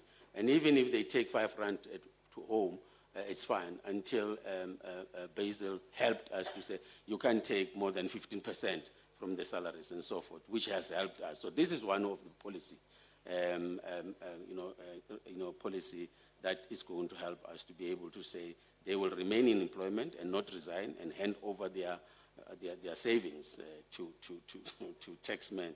Like Idube said, I must hate a taxman, but because I'm closer to him, I won't hate the taxman, and so forth. So it helps us that we don't have to deal with issues of experience that we are losing in the public service, and so forth. So at least it can help us to change their behavior and not retire, because then not resign, they can access the money and so forth. But we need education, and I think it's what, in terms of the policies that are being changed and so forth, what we are saying, what is more important for us to do is what we are doing today. Let's share information. Let's make sure that we send a message to them and say, if really you don't have that emergency, please keep it and save it, because you're going to need it tomorrow. But I can tell you, the 1st of March, you were talking about 2025? No, not a worker. A worker wanted that money in October when the minister was going to present the budget review statement, because they were calling and saying, is the minister going to announce that we are going to receive the money, we want to break the holes, but by improve the holes around, and then by improve our sweep, by improve the kitchen and all those particular things. So by so it's up to you how you define emergency, but this, to them everything is emergency, because anyway we don't have any disposable income because of the higher interest rates. The inflation is eroding anything that they are doing. And unfortunately, just quickly, we did a survey, but I didn't do the survey for the police and the nurses, but quickly the survey of the teachers. It was shocking that almost about 79% were saying, look, we want the money. And I asked them, how much do we want? Because we can only access about 10% and so forth as a seed capital that you are going to put in your savings, because you're not going to exactly access the money on the 1st of March. There will be no money. It's zero. He says, no, the seed capital of 25,000 is not what we want, 10%. We want 75%. What does that mean? It means that you don't have any savings anymore. You take the 75% into this smaller pot, it becomes a bigger pot. And the bigger pot, which is a 2/3, becomes a 1/3. That's what they want. And 64% were women who responded to that. And to me, it was a political question. It was that we're coming from a history where they were not permanently employed, because when they got pregnant, they were terminated. So they didn't have savings. They didn't have pension. So it only changed in around 1985 or 89. And therefore they've not able to save a lot, and therefore they have got, unfortunately, it's Old Mutual, obviously. You are writing many policies. Hey. When you check the salary slip of a teacher, it's 18 policies. All of them is not savings. All of them is risk. In other words, should you die? That is what is happening there. So they have that. So it is a situation that we are facing. And to me was that also that women also, after COVID, because it came after COVID, was that they take a lot of those children who lost their parents. And because women by nature are caring, so if my sister passed on, the children of my sister. So I could understand the 64% of the desire from women to want to access the withdrawal, because they're a very serious need, because they've got to educate these children, they've got to feed these particular children. So we think the policy changes help us to a certain extent. It might change the behaviors, but of course, if we were to ask as a grandfather now, I would say I will not take, because I know I'm closer to retirement, and closer to retirement I may not be able to have another 15 years of work to be able to accumulate more. So if I have to lose if I take 25,000 now, it means I lose 9.7% of my savings. That's what I'm going to lose. So I'm saying I'm a grandfather, so I'm not going to do it. Thanks, Milton. Yeah. Thank you. That was brilliant. And you know, I've just been to Europe recently. I think people are living longer, right? So this 12 times your annual salary, Michelle, I know you're smarter than me, but I think that calculation is a bit low. Huh? Because if you're going to live longer, how are you going to work? And we've got this youth that is behind us that wants to take these jobs that are occupied by this is a mess. And we're only talking about people who are employed. Huh? Tonight is depressing, actually. Huh? So, Prof, we're coming to you now. We're looking for some wisdom, for something inspirational, some belief. Of course, we're still a few years away, and maybe even a few decades from realizing the benefits of this mandatory retirement preservation. But perhaps you can talk us through the broader economic impacts that we'll begin to see over time. And Michelle did allude to that. Actually, the benefits are far down the line, maybe 40 years or so, when we're implementing the two-pot system. Will this overhaul sort of help to improve the general economic conditions? Yeah, that's a tough one. But my assessment, firstly, is to ask a question.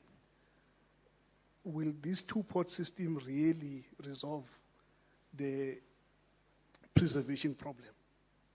Because based on the discussions, it's clear that there are deeper structural issues that cause people to want to withdraw.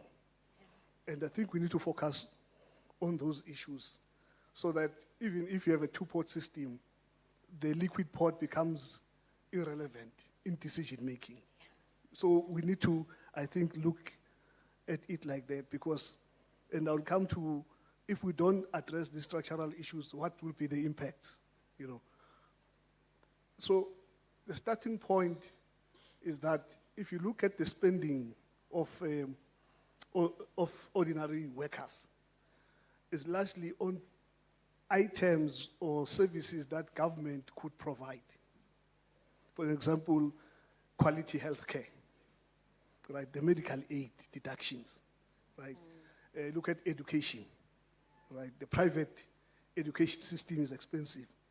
How much do we pay? That transport system, it's not affordable, not efficient, and we pay a lot as well. There was a statistic that says that workers on average spend about 30% of their income on just transport, So all these problems that workers spend on should ordinarily be addressed by a well-functioning government. So that's problem number one. Problem number two, we've inherited a system that we failed to transform. Like if you look at the labor market, there's another statistic that says that 72% of workers in South Africa are earning less than 6,000 rands. 72%.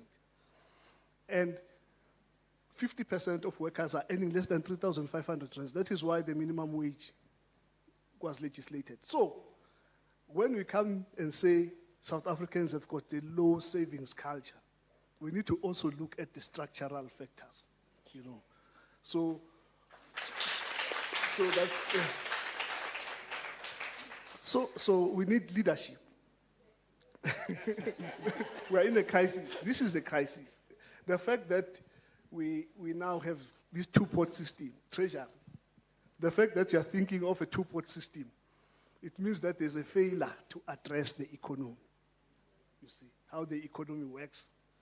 I mean, you can't have a situation where with 30,000 rands, right, as Michelle was saying, you can address the burden that a worker faces. Part of the burden has been mentioned by my colleague on the right and the GS. There's a statistic that says that 77% of people who are unemployed rely on those that are employed. So we've got also a weak social protection system. This 350 rands is not going to solve, it's not adequate. Not that it's not important, it's useless, but it's not going to solve the structural economic problems that we face.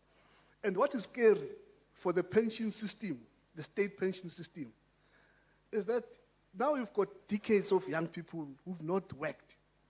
But at the end of the day, 65 years, when they reach 60, somehow they must earn a pension. They've not worked. You see. So, which means that we need a policy that focuses, one, on job creation. An overall focus on job creation, overall focus on restructuring earnings, an overall focus on changing the financial system. Well, that's another thing, right? The missing middle. If you check, how could the majority of South Africans access credit markets if historically they've not had assets? Because they don't have collateral. So you find yourself in a situation where even if you have got access to credit, but the credit is also not adequate, so you end up borrowing from yourself, which is the two-pot system, you see. Now, this crisis that I'm outlining, right, if we don't confront it, then we go to the two-pot system. Right, just Old Mutual alone, the statistic is scary. Imagine if 1 million members were to withdraw 30,000 rands. How much is that? Right, it's 30 billion gone. Government, on the other hand, says they don't have money. They need to borrow in order to fund spending, right? Where is government borrowing from? Government is borrowing from pension funds. But workers are now withdrawing the 30 billion. So which means that the demand for funding from government will not be met by South Africa's financial markets. The implications are that interest rates will increase structurally. Because government demands money, borrows to fund, but 30 billion, the liquid pot is gone. So the impact of that is that interest rates must go up. It's going to be worse. So, in short, so what I would say is that the two-pot system, it's going to alleviate, help with the preservation, but the crisis is deepening. It's not going to solve the problem. We need to just confront the economy, and there are many opportunities to create jobs. This is what he said, because as my former employer, the GS, would say, the overcrowding in schools, the infrastructure required in the education system, in the health system, the road system, the rail system, the backlogs on one hand, and on the other hand, this mass unemployment. There's a leadership problem. There's a leadership problem. And this problem creates this problem we're facing now. Yeah. Well, ladies and gentlemen,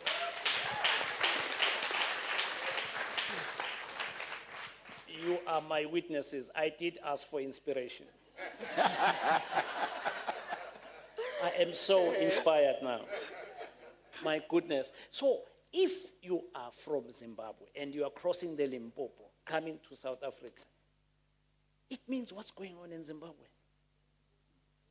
If your hope is here, True. And these, it's terrified, But we're here to give hope. You must save. You must make sure that you save for your beautiful granddaughter. What's her name? Lulama. Lulama. Yeah. So think about your Lulama. That's what you're saving for. Very, very important. Because if we stop saving and we are so terrified about the stats that we're hearing, then that's going to be even worse.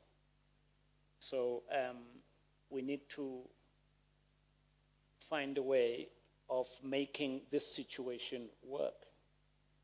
Basil, I come back to you because you are the source of all this problem.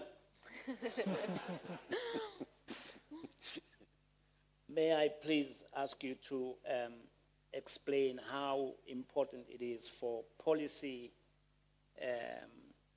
makers to capture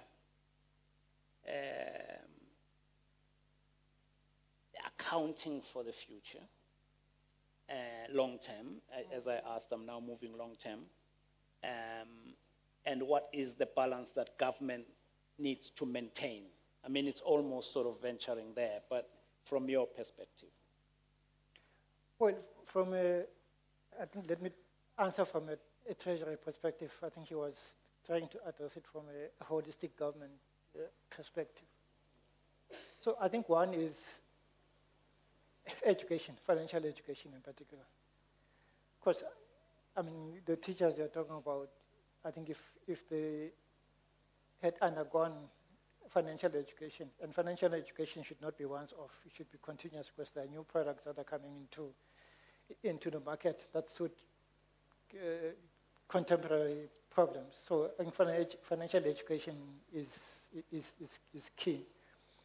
I think Professor was correct that the system doesn't work well. I think ideally, we wouldn't have put together the two-pot system as a policy measure, but it was a stopgap solution to a problem that we were facing, because a lot of people are resigning in order to access their money, which means they're destroying their financial future for the sake of present-day consumption.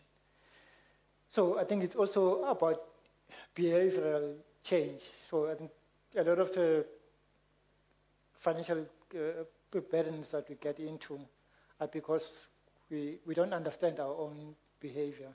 So I think part of the financial education should go into educating people about their own behavior.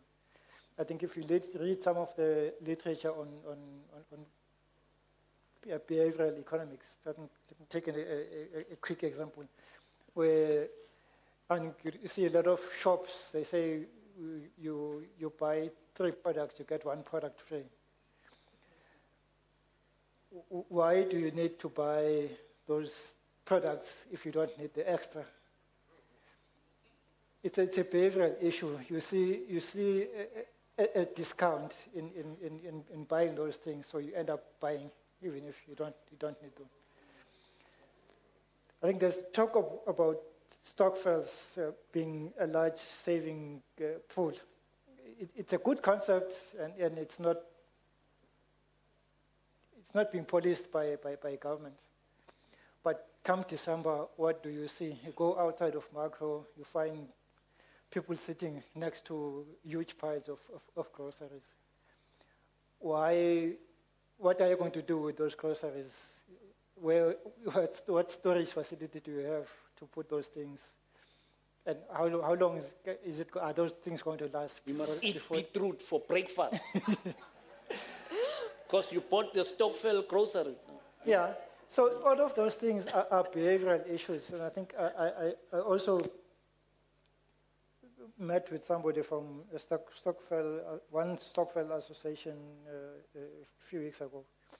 So they're saying instead of depositing that money with a member of the Stockfell on a monthly basis, they're now depositing with one of the big shops so that they can buy in bulk at the end of the year.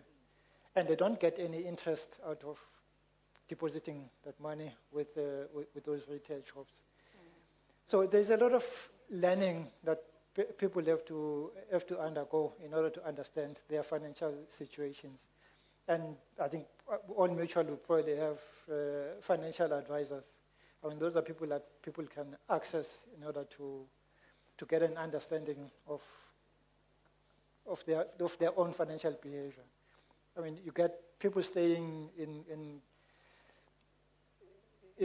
informal settlements. I mean, driving a nice car that is worth a lot more than the shack they're living in. Why is that the case? It's behavioral issues. So I think paramount to all of the things that we are addressing is because of miseducation of a lot of our people.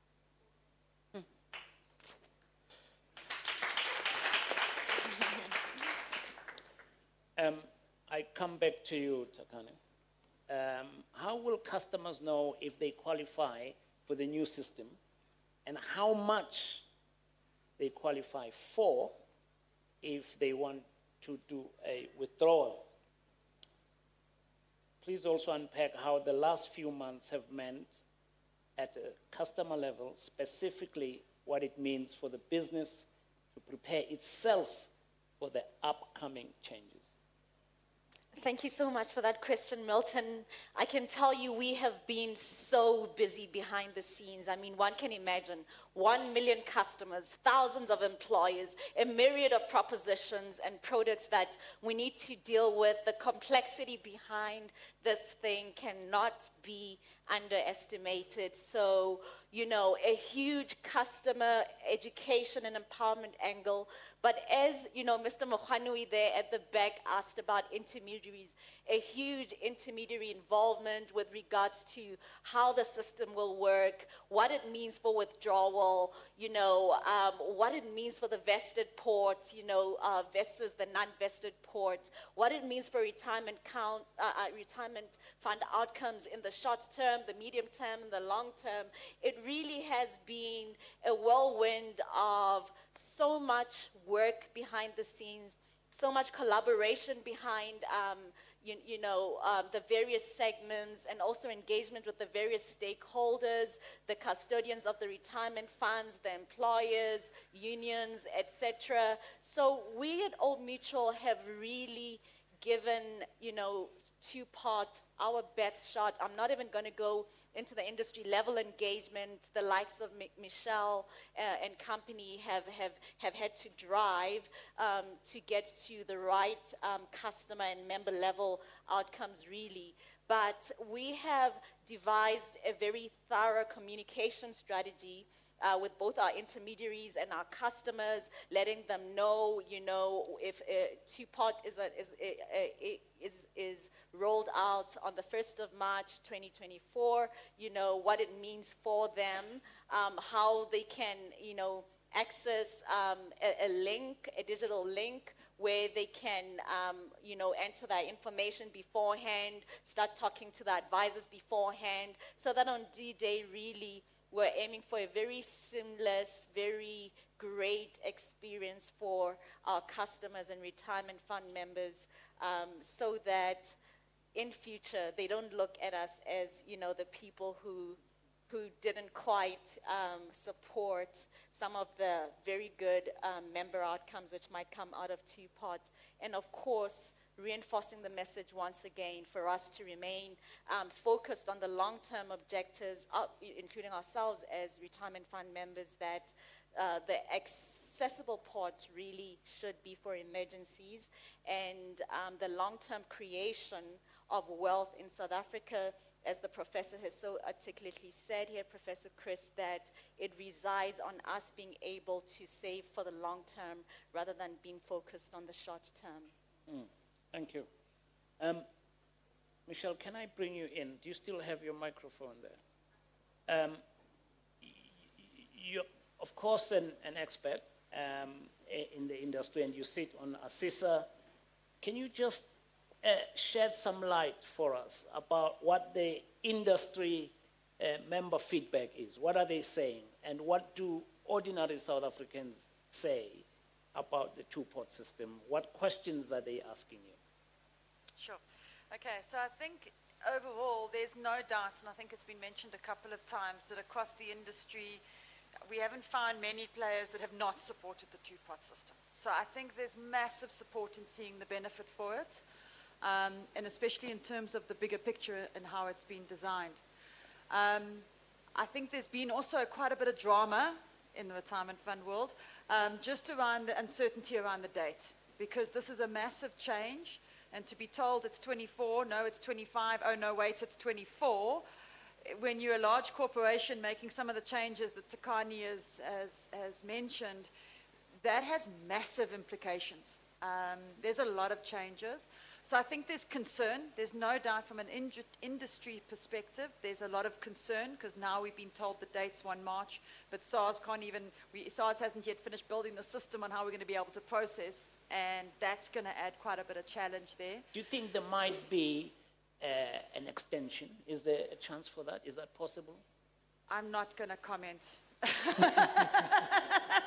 I think, as your expression says, I think it's a bit beyond my pay grade. I think then we need to have a look at whether it's not necessarily an extension, but a compliance period of some sort, that if the effective date is 1 March 2024, then give industry a period of grace in which to get ready. Because coming back to the members, so this is members' money.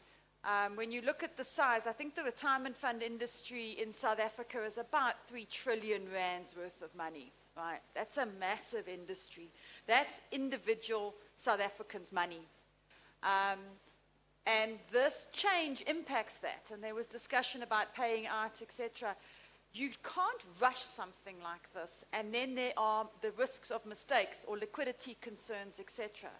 So I think it's also important to understand this is a big change in an industry that's been around for a very, very long time, and these big changes need a lot of work on, to get ready. So I think from a member's perspective, as someone commented, are we going to see queues coming out? There is massive risk that at the 1st of March, there are going to be queues outside of every retirement fund administrator in the country going, where's my money, including the GEPF, including the old mutual products.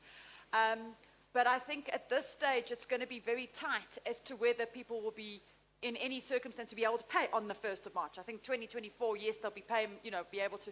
But that, I think, it's going to be a lot of uncertainty.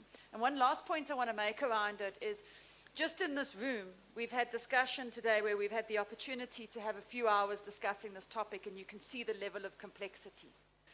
We have, realistically, not the rest of this year, because no one's going to listen to member education coming up to Christmas time. No one's going to want to hear savings. So from January, we've got from January to March and beyond to start educating individuals to properly understand how it's going to work, how are they going to claim, how can they check if they're available, let alone understanding that. Now, that change management and that whole element around the communication is a massive part. So yes, technically one can be ready, but are the members properly understanding this? And I think that's also going to be a big challenge with this date sitting where it is. So I sense that I might have a role here. Someone needs to be talking to the president at this stage. Huh? Let my people talk to your people. We can make it happen. I think what you can tell already, that we're going to be sort of, I used to live in India during the financial crisis in 2008. They used to make Christmas trees for the American market. And then the thing crashed, right? So they were building Christmas trees which were not getting on any boat. So the Christmas trees were concertining in the factories in India. So I can see that that's what will be happening by March 1. There'll just be a massive crash from behind. Well, with that inspiring idea, and that makes us feel good, we believe that everybody must be talking about this, because it's just as important. If it's important for Old Mutual and ULP, then it must be important for everyone, because you have so many members and ULP cares about leadership. You said there's no leadership, Prof. Well, we do have here. Just briefly, just to tell you about unleashing leadership potential. Prof once put it so nicely for me, because I'm very slow upstairs, so I want things to be ironed out slowly, like, for pirates. So, so he said, listen, what we're trying to do here, he says, take, for instance, an elephant in the circus, right? They teach it to perform, and they tie it with a leash so that it knows where to stop where the crowd begins, right? Because there are small children there, and it entertains them. But each time it wants to go forward, the leash pulls it back, okay? They train it so hard that in the end, they unhook the leash, and the elephant stops by itself. That's doing it by itself with no physical chain. So human beings, we're like elephants. We've been trained in a particular way that in December we box our bonuses. And I suppose at ULP, and what we're trying to do here, is that we want to unleash the mind. We want you to know that you can actually go further than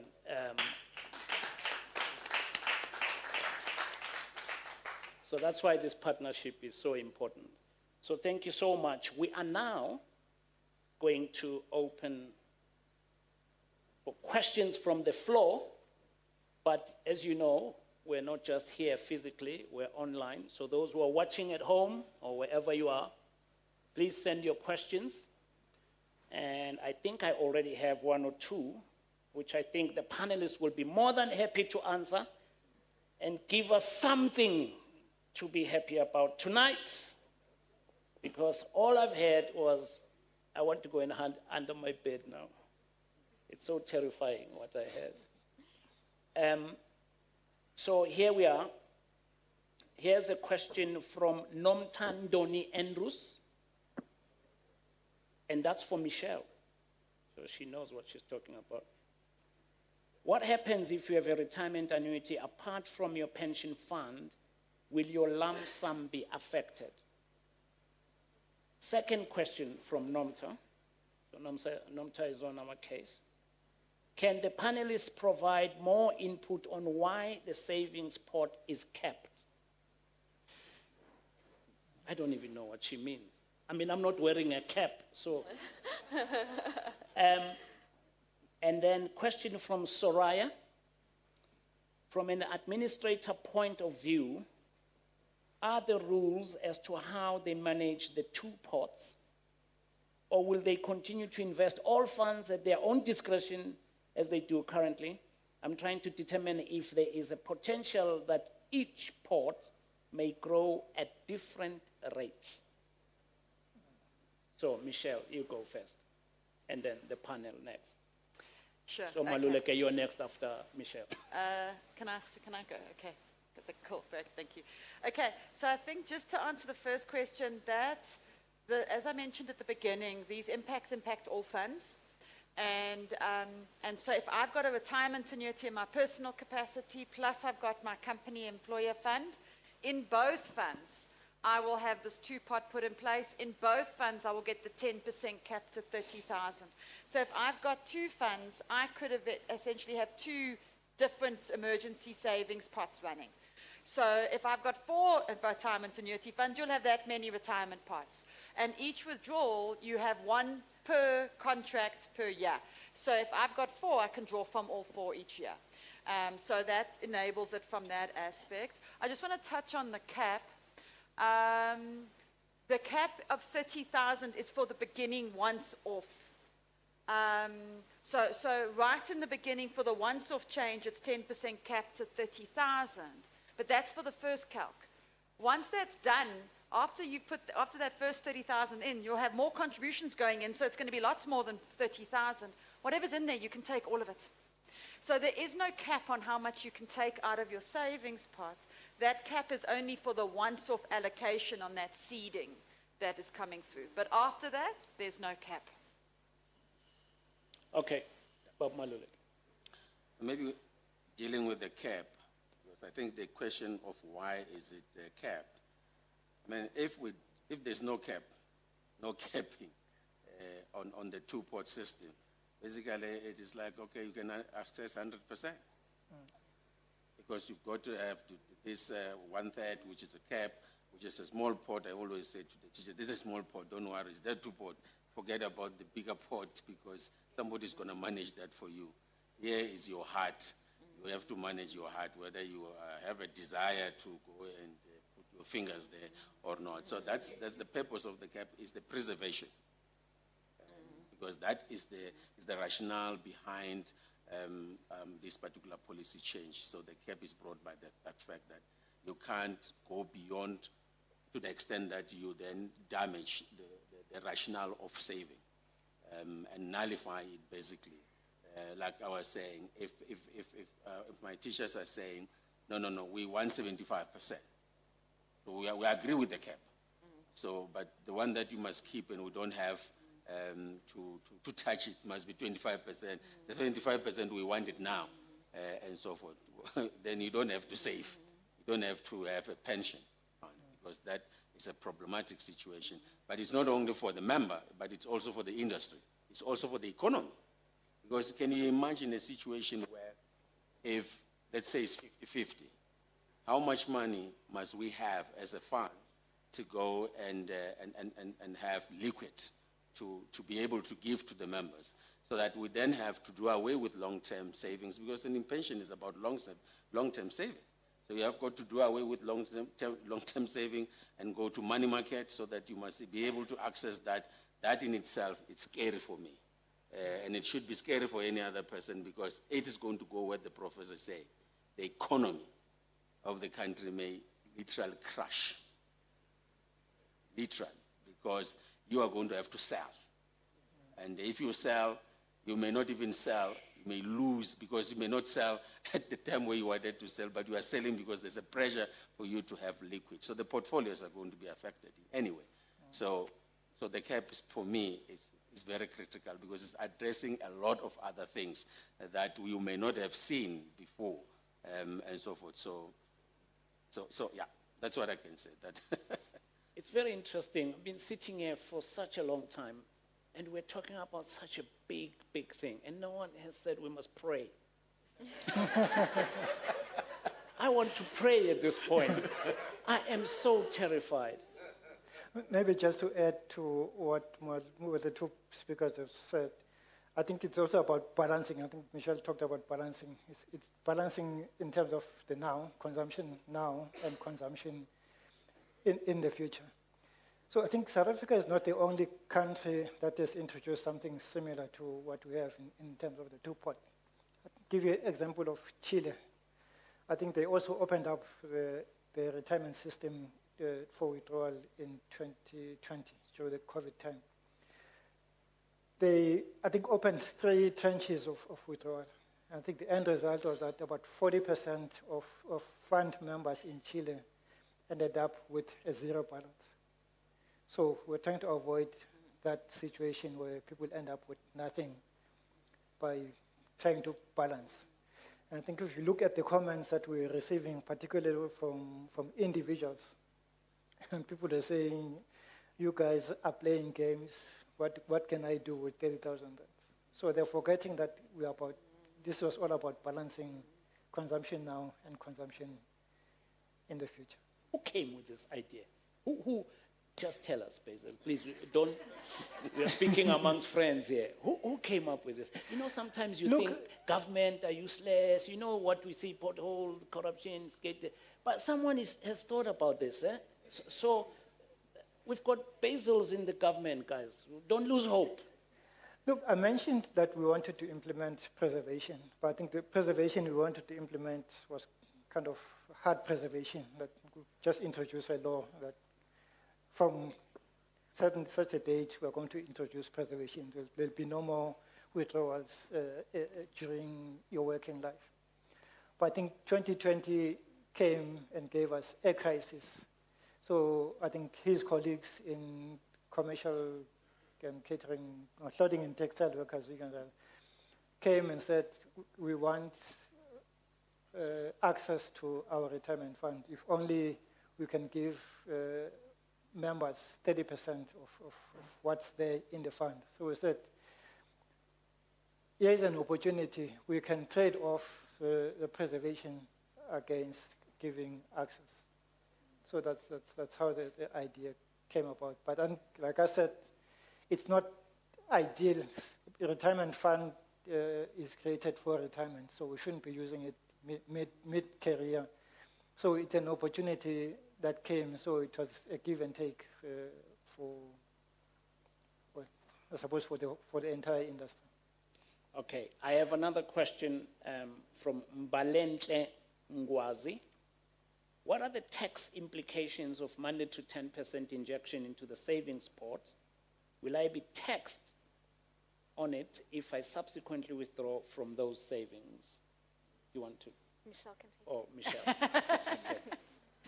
So I think the first thing to remember, as I mentioned earlier, is any money that goes into the fund, it's staying in the retirement fund. So if I move money from my vested pot to my savings pot, that 10%, that move doesn't incur tax, right? Because it stays in the fund and that can continue rolling it and you keep earning interest. And I know there was a question about investment return, and we don't see any reason why the investment return on both pots should be the same. But you keep rolling up the interest. Only when you take it out, yes, you will be taxed, and yes, you will be taxed at your marginal rate. Which does mean, I just want to bring it up here, that it means that if you're in a position of financial turmoil, so a good example of financial difficulty is, for example, retrenchment, right, or loss of a job. That means your marginal tax rate is going to be really, really low. That if you're accessing at that time, you'll actually pay lesser tax. So your tax that you'll pay out when you take your savings pot will be determined by whatever your marginal tax rate is in that year. And we still need to do this in Zulu, Tswana, Sotho, Venda. Eh? Yeah. Yes. Eh? No? Yeah. Because some of the stuff is going over my head, you know? Yes. Yeah, my name is Fred Mahato. I'm the current CEO of Franchise Association. I didn't get a memo about the aircon in this room, so I left my jacket in the car. My question goes to the three panelists, Tagani, Basil, and Mr. Maluleke. Because I think I agree with what the Prof said about the structural issues. So I should look that way. Oh, okay. As the general manager, are you worried that the million customers will withdraw and that will affect Old Mutual's bottom line? And for Basil, are you worried that the withdrawals and the intention to move the date forward was to preserve funds that could be accessed by the public? For the GS, not the SG, I don't know if SATU has an investment arm. And if so, how will that affect your investments in any other instruments?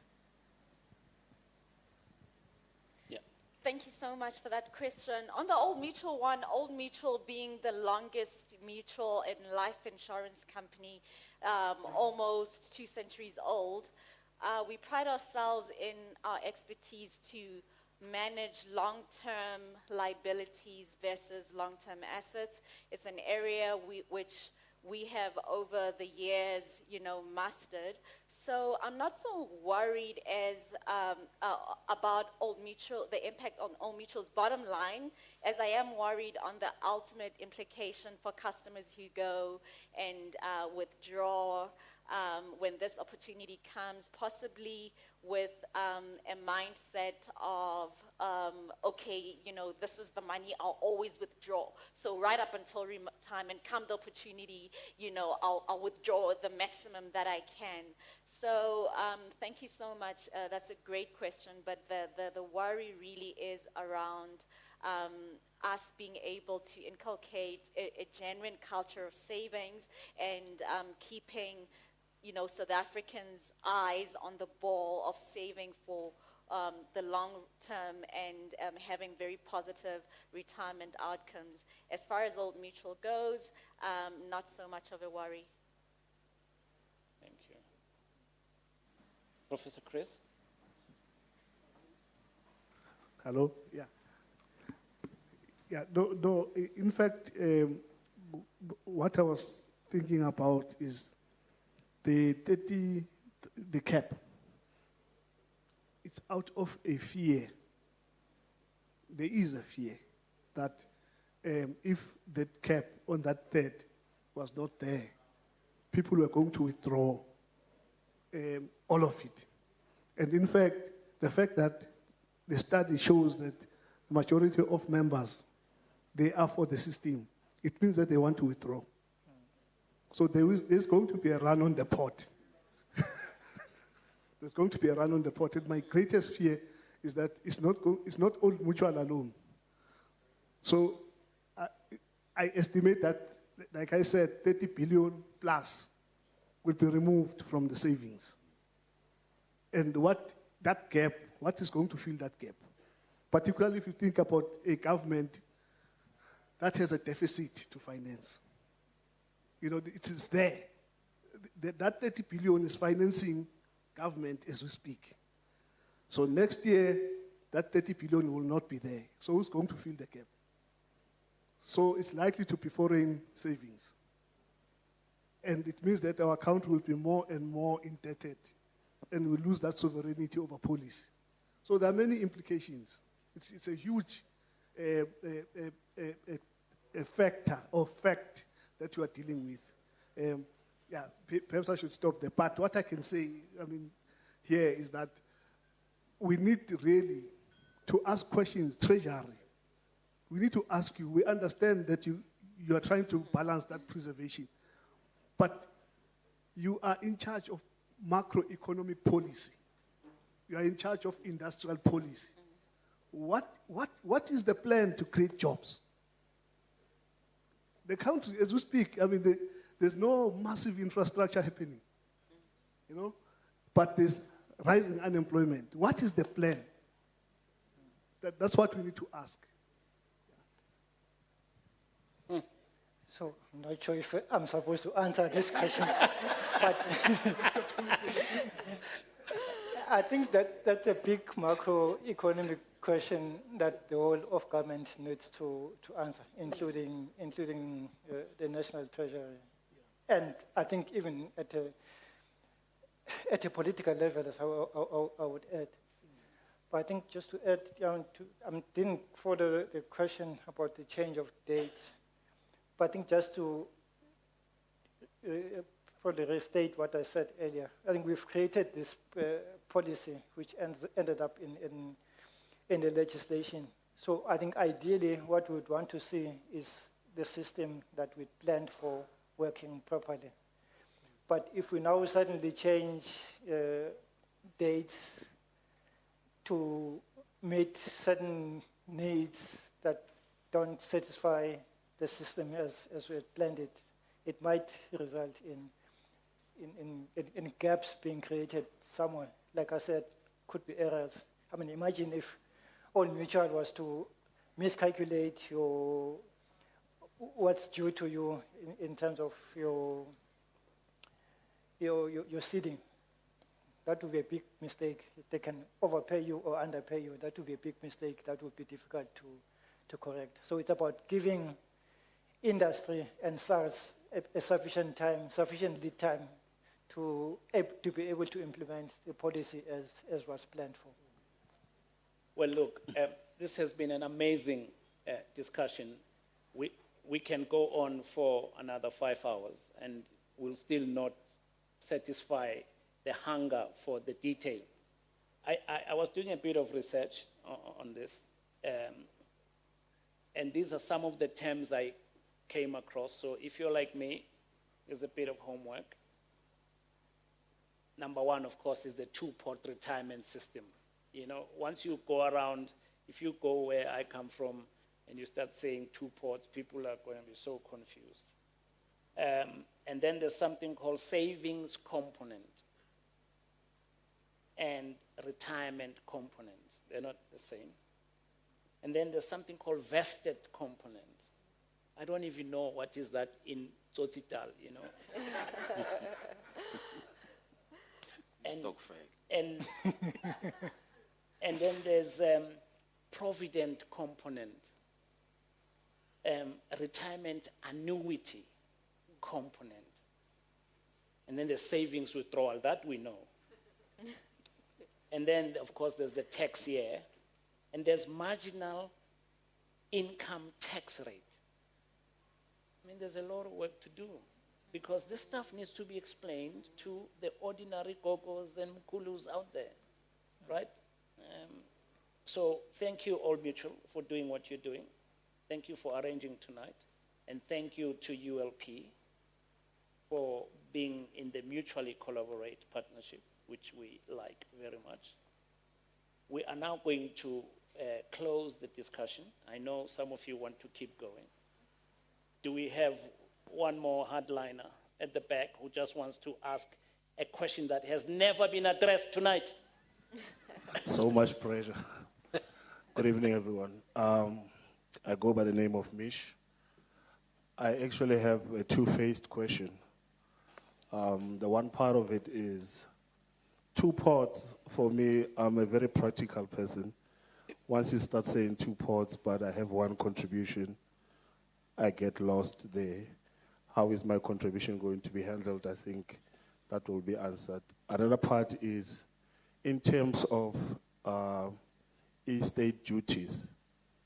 What's going to happen to the savings part? Is it going to fall part of the estate duty once I'm gone, if I did not withdraw? Or is it going back to the bigger pot?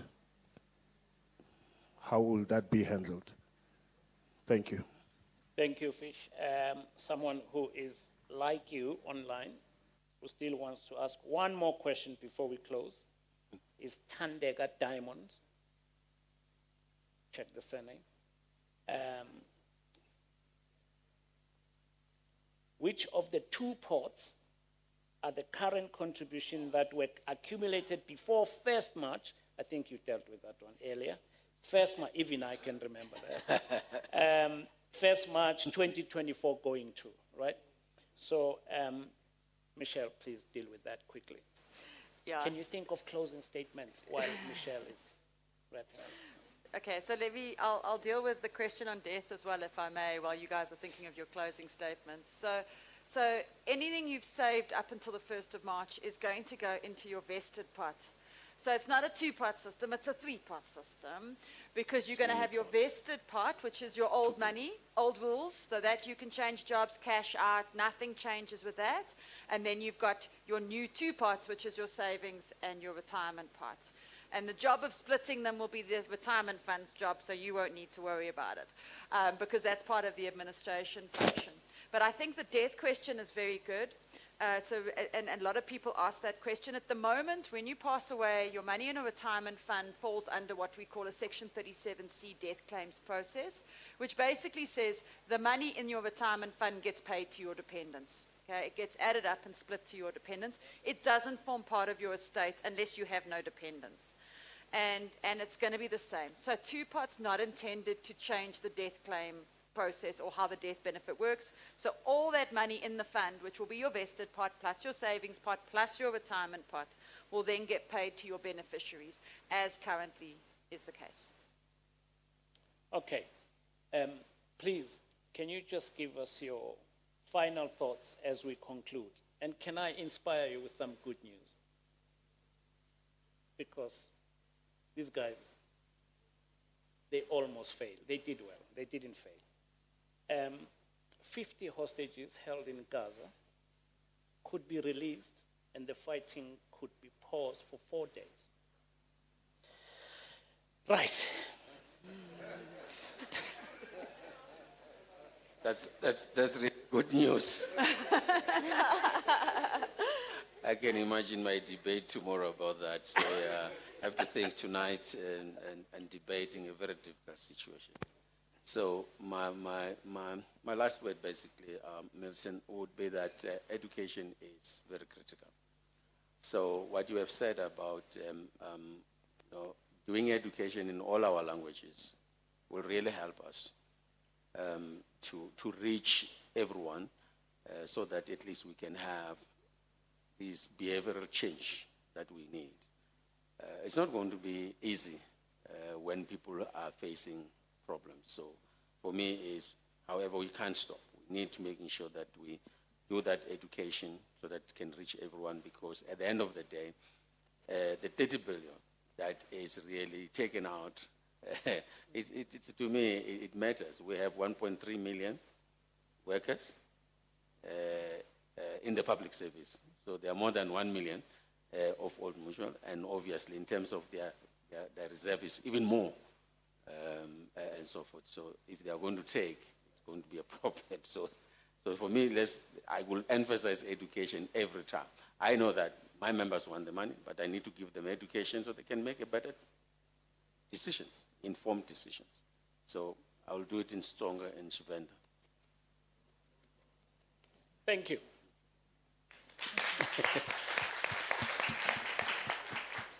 Thank you. Stay awake, people. We're about to finish. Basil.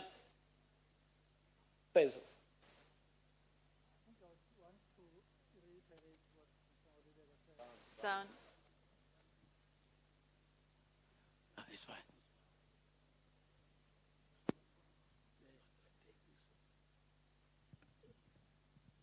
I want to reiterate what Mr. Madulega said about education. And education, financial education doesn't have an end. So we should start these things with our kids being small. And then even when you are working or have been working for a long, long time, you should continuously educate yourself about financial matters. I think I just want to go back to, something we didn't mention. I think we mentioned in our reform agenda that we introduced tax-free savings accounts, I think in 2015. So if a lot of fund members had taken up those tax-free savings accounts to the extent that we wanted them to, we wouldn't be doing this two-pot system, because it would have created a savings pool or a savings fund where people could access funds at any time. And there's not a condition like we have here, where it's once in a year and a minimum of 2,000.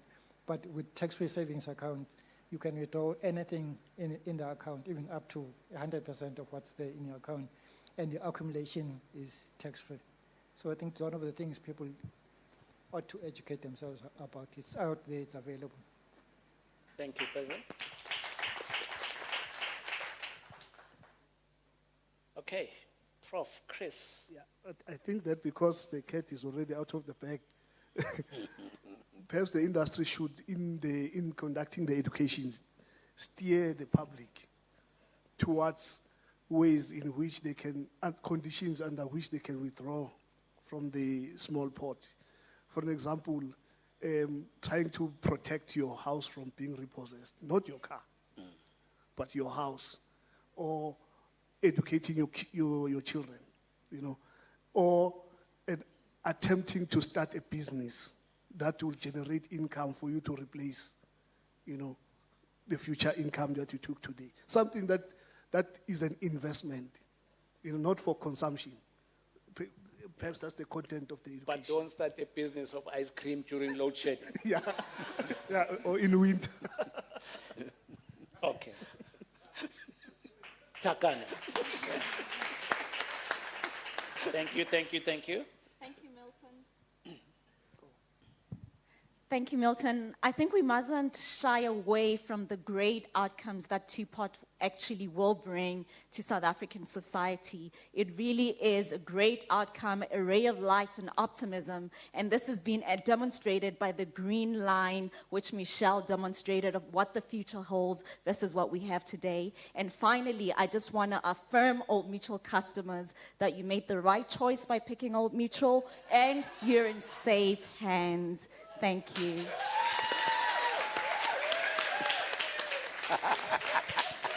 I told you, you didn't believe me. Yeah. Listen, ladies and gentlemen, this has been such an enlightening evening. We now hand over back to Menkadimeng and to take us to the closing of tonight's session. Thank you to my panel.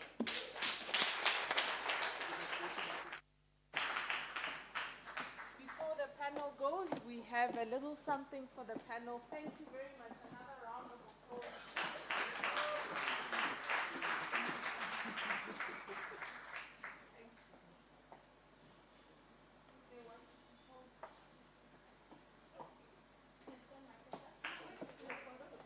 We're taking a photo.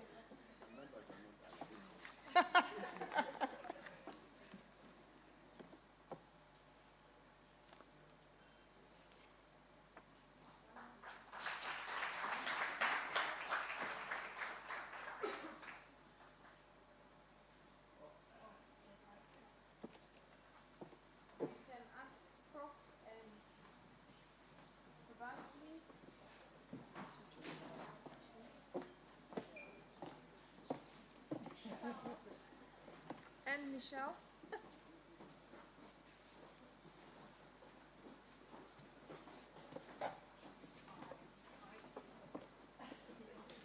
Yes.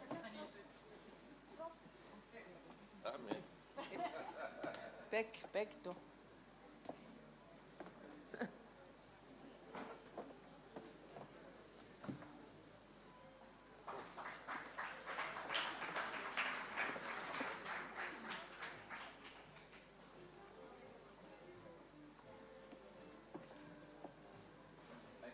Thank you very much. Just a quick announcement. As part of what our panelists were talking about around education, we've left some pamphlets for you that explains Two-Pot system in an easy to understand way. But I just want to draw your attention that when we printed this, it was before the information we got today midday. So it still says 1 March 2025. It's 1 March 2024. But the information is still very useful, and I urge you to share it with others. And I think this has been a very successful session that we've had. I'm going to ask our colleague, Mr. Temba Matebula, to come and give us a note of thanks. But from my end, thank you very much for being a great host. Thanks to everyone online for your energy and your questions. Much appreciated on Tuesday evening. Thank you. Temba?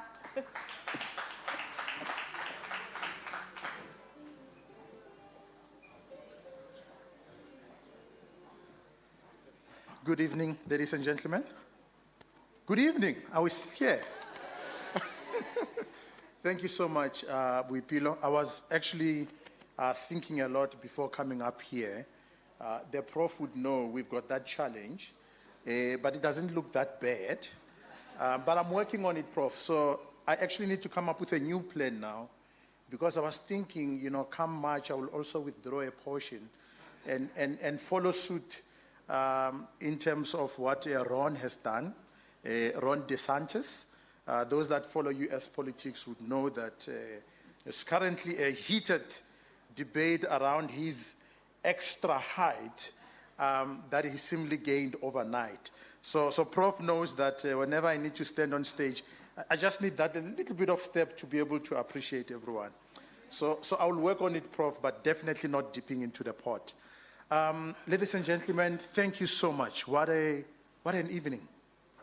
I actually thought Boipelo was going to call me to do the vote of thanks immediately after the Prof spoke, because I thought you've laid the ground. And, we might as well just, thank everyone and go home. And then Prabhashini literally brought the receipts, right? The stats, the numbers. I was like, oh, okay. We definitely need to unpack this a bit more, tonight. And Michelle and Blessing, I think literally you opened the tabs, right? And just, explained what the two-pot was, the implication, and I think that's where we started to go into the think tank discussion itself. And what a brilliant panel, eh? What a brilliant panel we had today. Breaking it down, simplifying it, and I won't even attempt to summarize what they gave us tonight. But I think key takeouts for me, and just two, notwithstanding the socio-economic pressures that the South African working class is confronted with almost on the daily, two things. If you can, do not dip into that pot. If you can, try by all means. Preserve. You'll thank yourself later. So again, that message, do not borrow from your future. That's the first one. The second and the last one, and I think it's already happening, and thank you, Boipelo, for touching on that point, is there is a great opportunity for education, information sharing, and awareness around financial education. And we are here as that partner to help enable that. So thank you, ladies and gentlemen. To our wonderful facilitators, Boipelo and Milton, I don't see him. Can we just give them a round of applause? And with that, without taking any further time, I just want to wish you safety as you drive home, and I hope you all arrive safely. Once again, thank you for spending an evening with us, and I believe most of us still have the hustle tomorrow morning. So once more, thank you so much. Keep well.